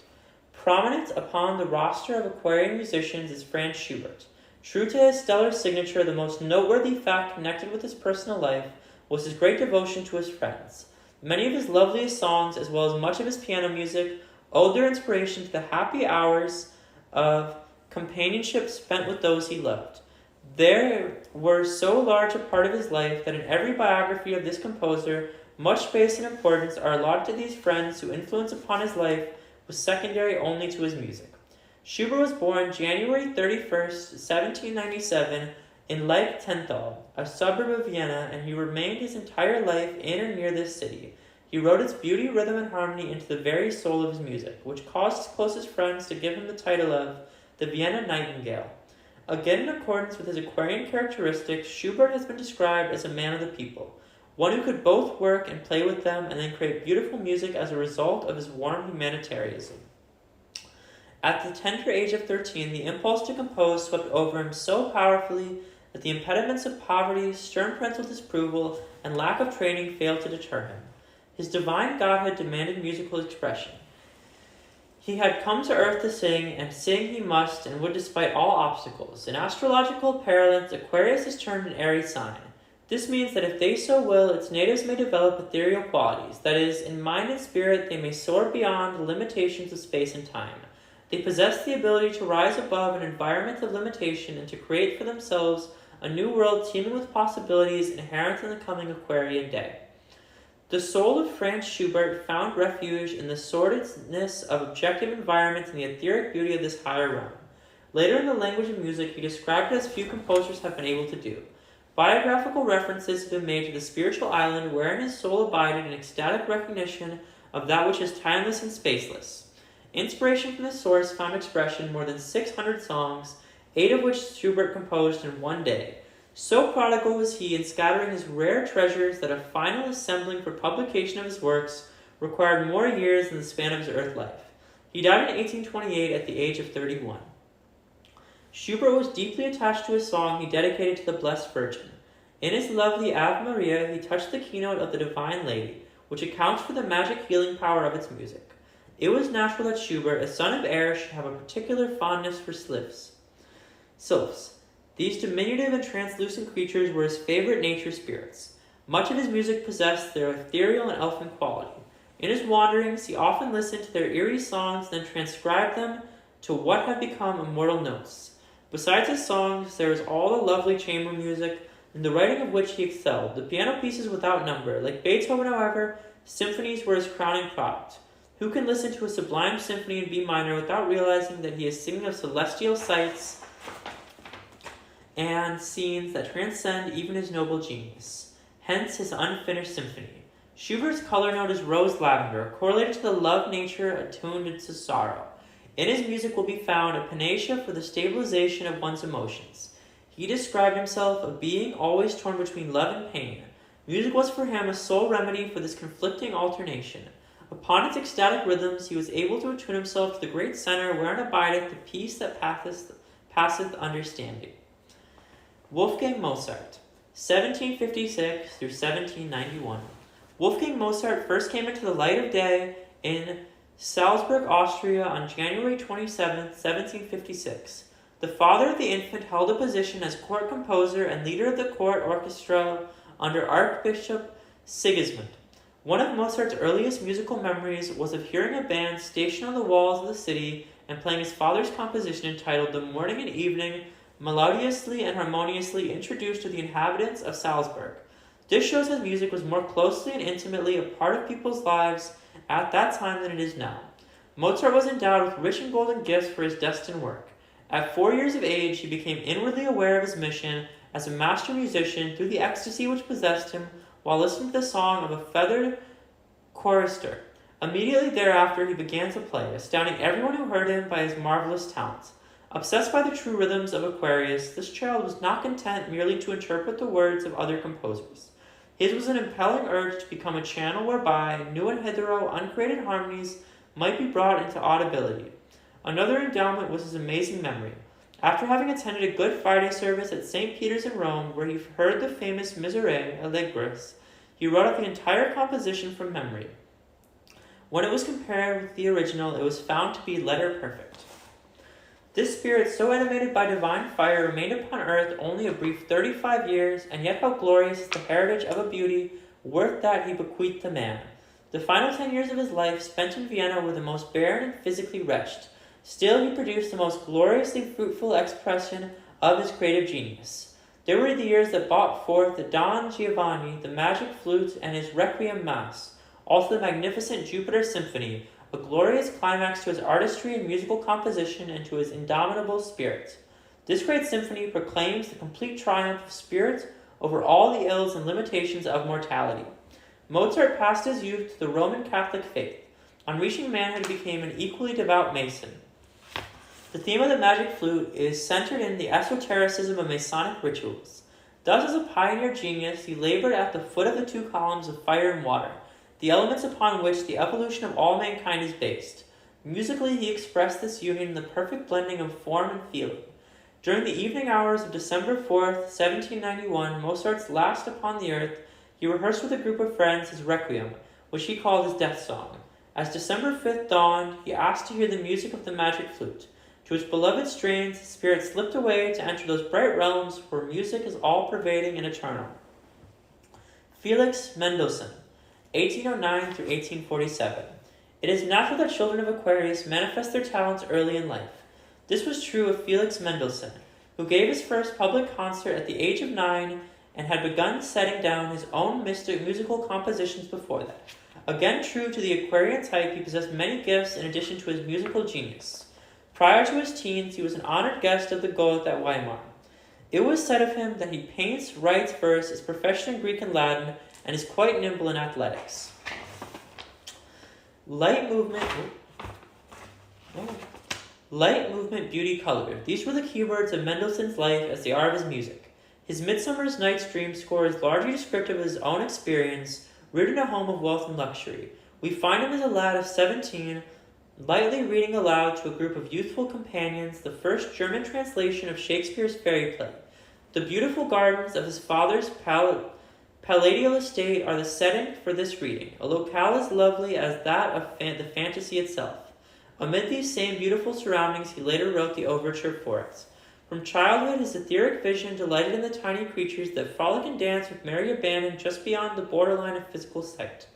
It was completely natural, therefore, that tripping elves and airy sprites should revel in his compositions, and that the son of air should give us music which bears his soul's signature and may be classed among the world's most delightful and truly descriptive fairy harmonies. While a mere toddler, Felix would frequently wave his little cap to his mother and sister with the salutation, "I'm off to see the Queen," or "I am going to fairyland." This unquenchable spirit of youth remained with him always. 17 years after the overture was written, he added the Scherzo and Wedding March, both in the same delightful vein. Mendelssohn exhibited the most miraculous memory, also typical of Aquarius. While still a mere child, he would sit at the piano for hours and play from memory compositions of masters such as Bach, Beethoven, and Mozart. His clairvoyant faculties enabled him to be in touch with each of them to such an extent that even his features changed into a likeness of the composer whose work he was interpreting.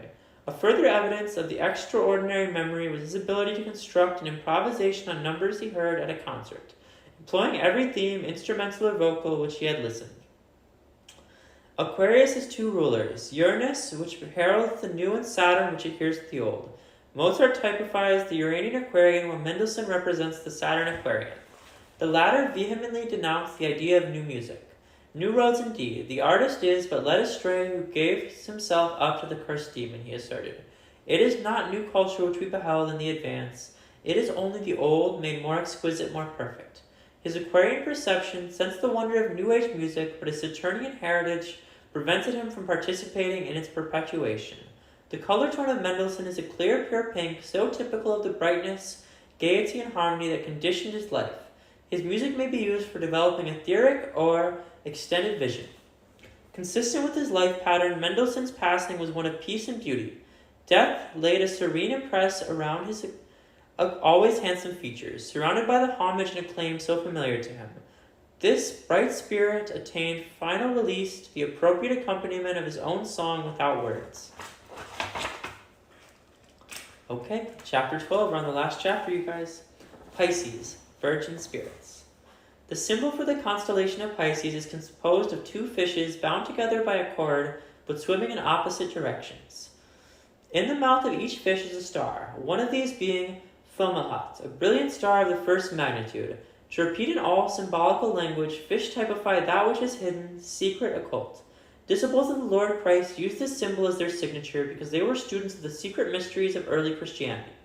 The sea stands for the psychic realms, the mystic deeps of which have been penetrated only by the greatest masters. This symbology explains why the Lord's teachings contain so many references to the sea, to fishermen and to fish. He was instructing his chosen disciples regarding their inner mysteries pertaining to psychic realms. Pisces is the home of some of the zodiac's most profound secrets. It governs the oceans of the physical plane, those vast and little explored depths that are as yet intangible and indefinable.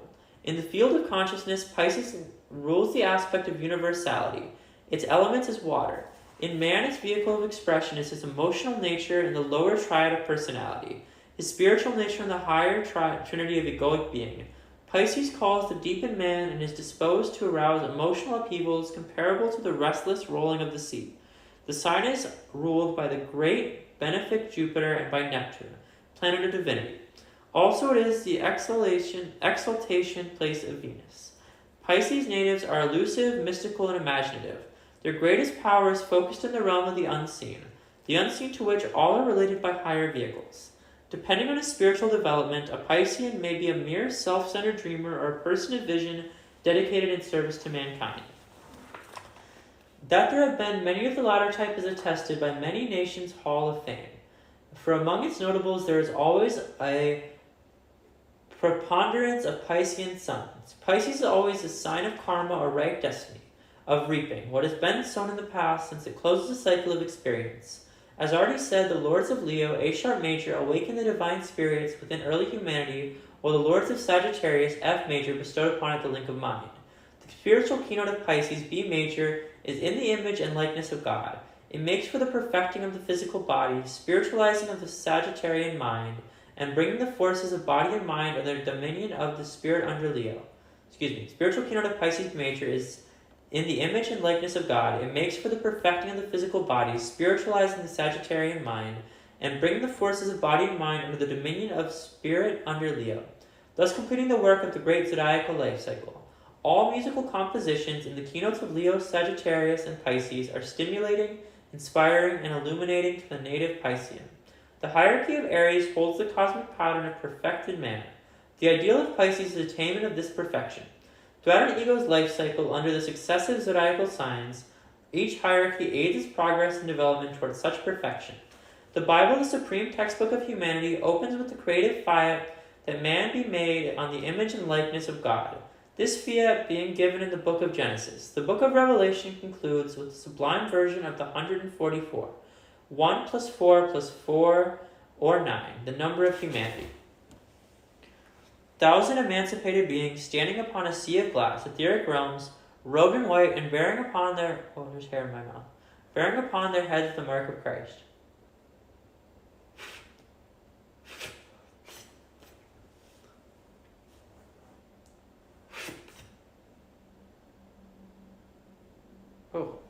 This describes man's perfected physical body together with Christ in mind in complete unity with divine spirit, the exalted attainment awaiting the race. Frederick Chopin, 1809 through 1849.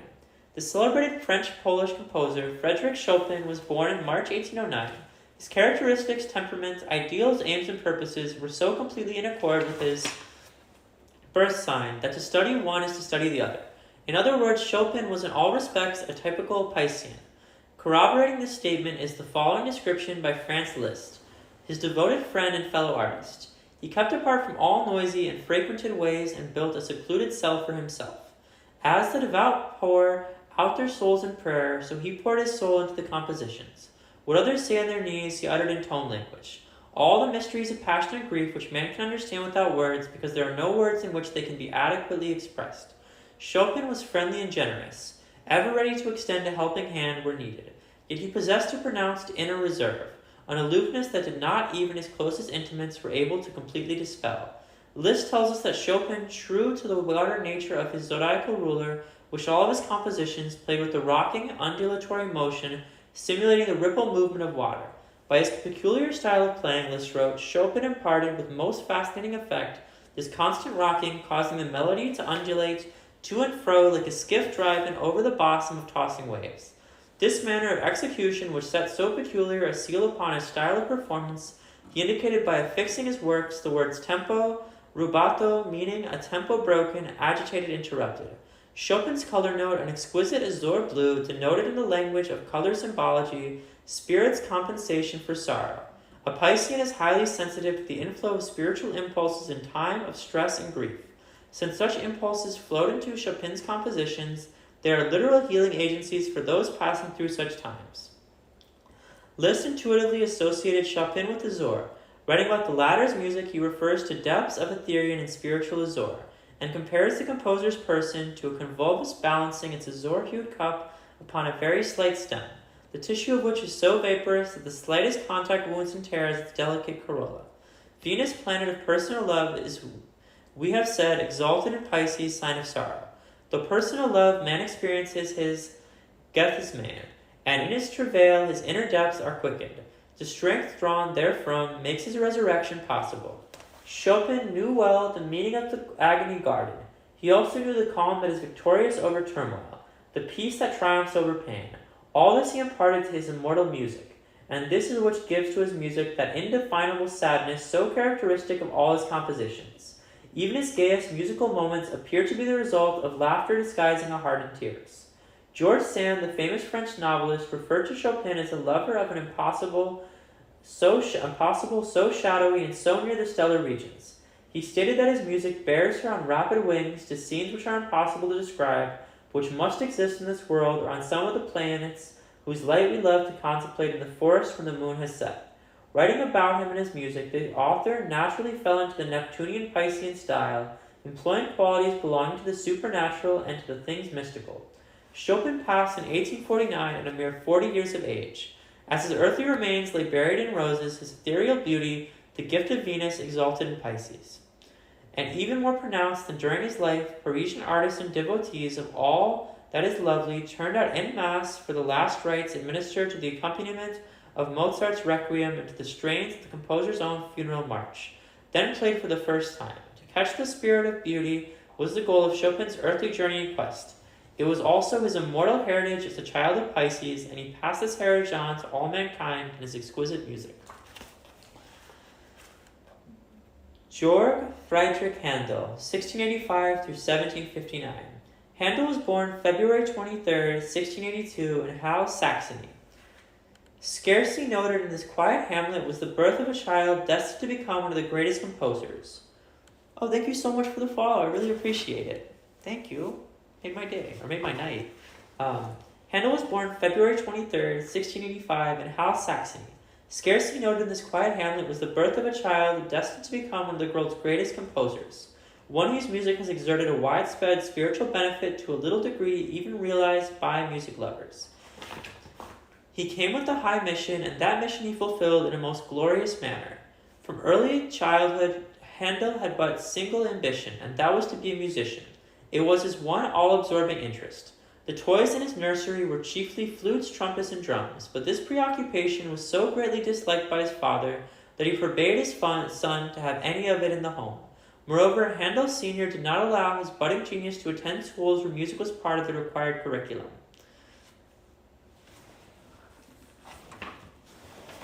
Thank you for calling me cute. I appreciate it. Anyways, continuing on. Born as he was on the cusp of Aquarius and Pisces, young Georg Friedrich had ability and determination for overcoming these great obstacles. The mysticism of Pisces augmented the vision of Aquarius, giving him a mystic vision that guided him, undeterred and undismayed, toward the brilliant fulfillment of his destined career. For instance, when he was only 7, he contrived to slip a small clavichord into his garret room. During the night, while his father was asleep, he taught himself to play the instruments.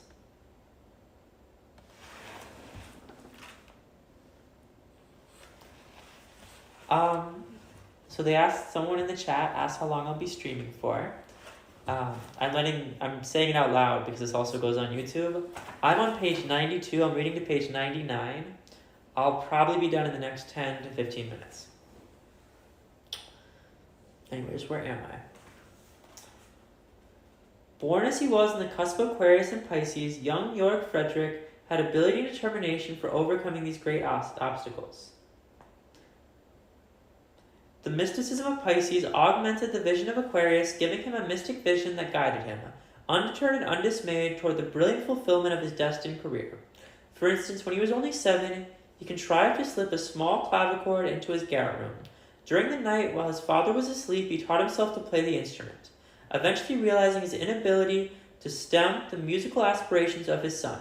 The senior Handel permitted the boy to study the organ, with the result that at the age of 11, Handel was composing fugues and cantatas almost without number, working indefatigably under the high inspiration of his calling. Handel also learned to play the harpsichord, violin, and oboe. Handel became organist for the Halle Cathedral and later held the same position in Hamburg. There he wrote his first Passion, which was performed during Holy Week of 1704. In those days, Italy was the goal of all musicians. It was there Handel formed a close friendship with the notes Scarlatti, one of the finest harpsichord players of his day. No professional jealousy could keep them apart because Handel was of a generous, magnanimous spirit that soared above all petty rivalries. Music was to him a divine art. He held that as much it should be used for one, only for man's ennoblements. True to this ideal, he dedicated his life to composing and performing such music exclusively as would serve to inspire and beautify the lives of others.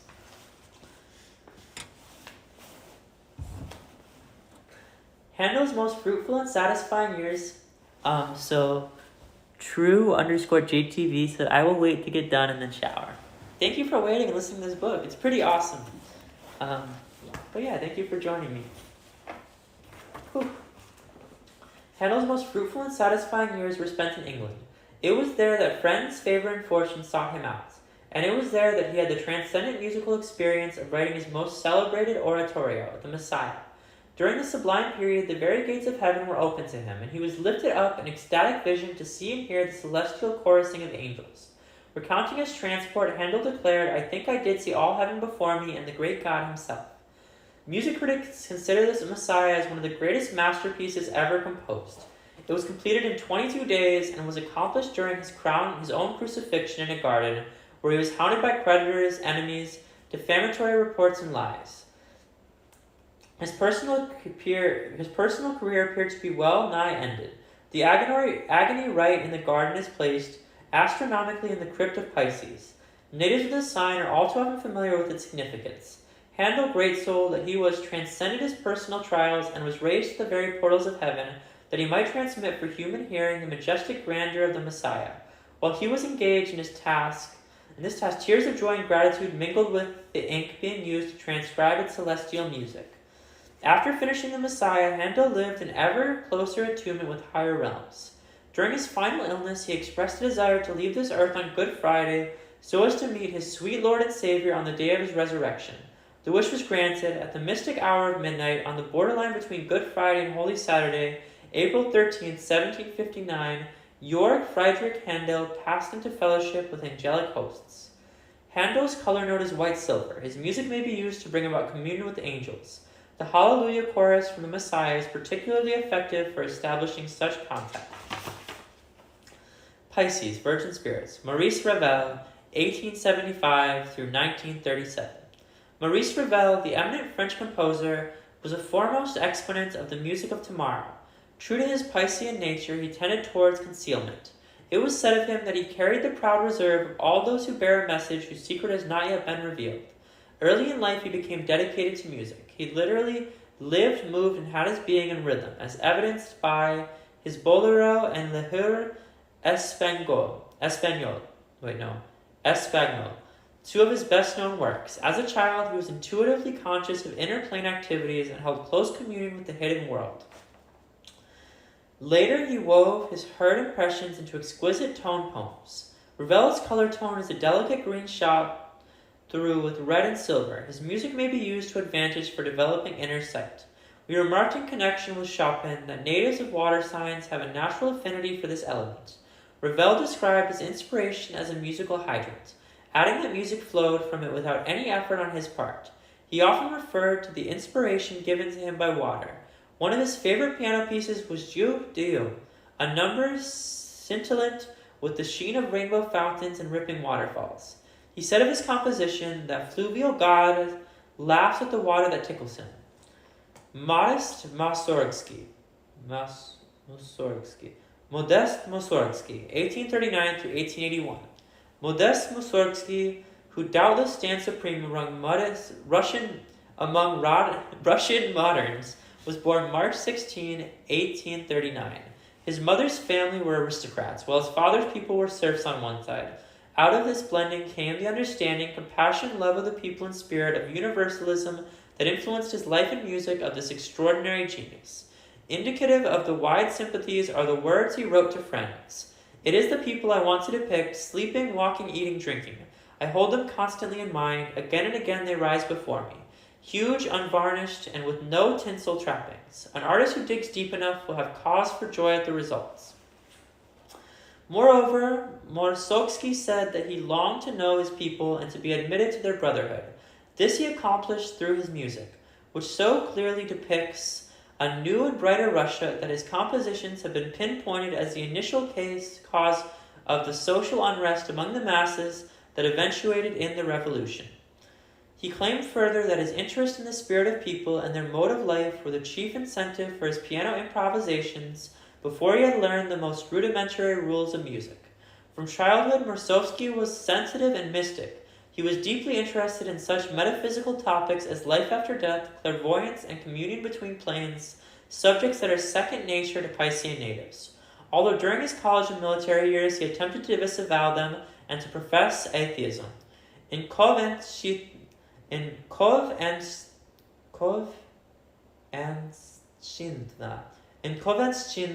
his last opera, and Boris Godunov considered his greatest, he returned to the subject of religious mysticism. Both operas stress the liberty and free thinking of the people, privileges not granted them under Tsarist Russia any more than they are under Soviet totalitarianism. Mussorgsky's younger years were steeped in the fairy lore that found exquisite expression in his musical poems of childhood. Toward the end of his life, his musical interests were centered in a portrayal of the poetry of death, a mystical lore transcending all outer forms and becoming a link between the seen and the unseen, the physical and the spiritual. A friend described the composer's naive and childlike personality thus: he was so innocent in the things of life that to him it was quite impossible that any educated and well-bred man could ever cause pain to his neighbor or ever play a dirty trick on him. He was an ideal personality. Mussorgsky wielded a magic whereby the beautiful is evoked from the most forbidding forms, conditions, and circumstances. His Piscean mysticism penetrated to the heart of things where he beheld their hidden peace and purpose. He sublimated the ugly and gave dignity to the commonplace. In this faculty lay his greatest strength, and it is the most distinguishing quality of his superb work. Also, it is the strength which gives his work its strange and discordant rhythms. In time, the art of transmutation will be incorporated into musical psychology as offered by the university curriculums. Meditative exercises will form a part of such work and will be accompanied by the music of moderns like Mussorgsky, Schoenberg, and Stravinsky, to name but three. Mussorgsky was attuned to Neptune, ruler of Pisces and planet of divinity. This planet sounds the highest string of the human lyre and is therefore most easily jangled out of tune. By the harsh events of mortal existence, the discord between man's fallen nature and his divine nature is heard in Mussorgsky's music. But not just the discords only, for it is charged with intense desire to surmount the pain they bring and to raise man to high soul levels where concord alone prevails. This latter contributes the upbuilding, inspiring quality that pervades the oft-times austere and terrible grandeur of this sensitive Piscean's music. Thus, his music expresses not only humanity's cry for release from painful bondage to its own unregenerative nature, but a cry for release from such bondage as he experienced in his own being. He knew himself to be one with humanity at large, part human and part divine. As a Piscean, he was deeply aware of the higher side of his nature, and like Hamlet, another Piscean in nature and outlook, he found it difficult to adjust himself to this too solid flesh. The resulting tragedy was the same for one as it was for the other. In Morsovsky's case, however, it led to excess among Neptunian lines that terminated his life prematurely by uncontrolled dissipation. The color tone of Morsovsky is sea blue flecked with crimson, bespeaking an energetic devotion to the true and the beautiful. In one of his final utterances, he proclaimed his credo as man and artist in the ringing sentences. My battle cry remains the same. Go boldly on, forward to new shores, and give yourself wholly to mankind. That is what art requires of you now. Hear also the mystic Neptune speaking through him as he proclaims his faith in the future as his power to achieve it. My task is clear. With ever greater eagerness, I press forward to new shores in the shoreless sea of art, to seek new countries, never resting, never stopping, without fear or wavering, to set foot firmly on the ground of the promised land. That is the great and beautiful aim. I think I'm about to sneeze.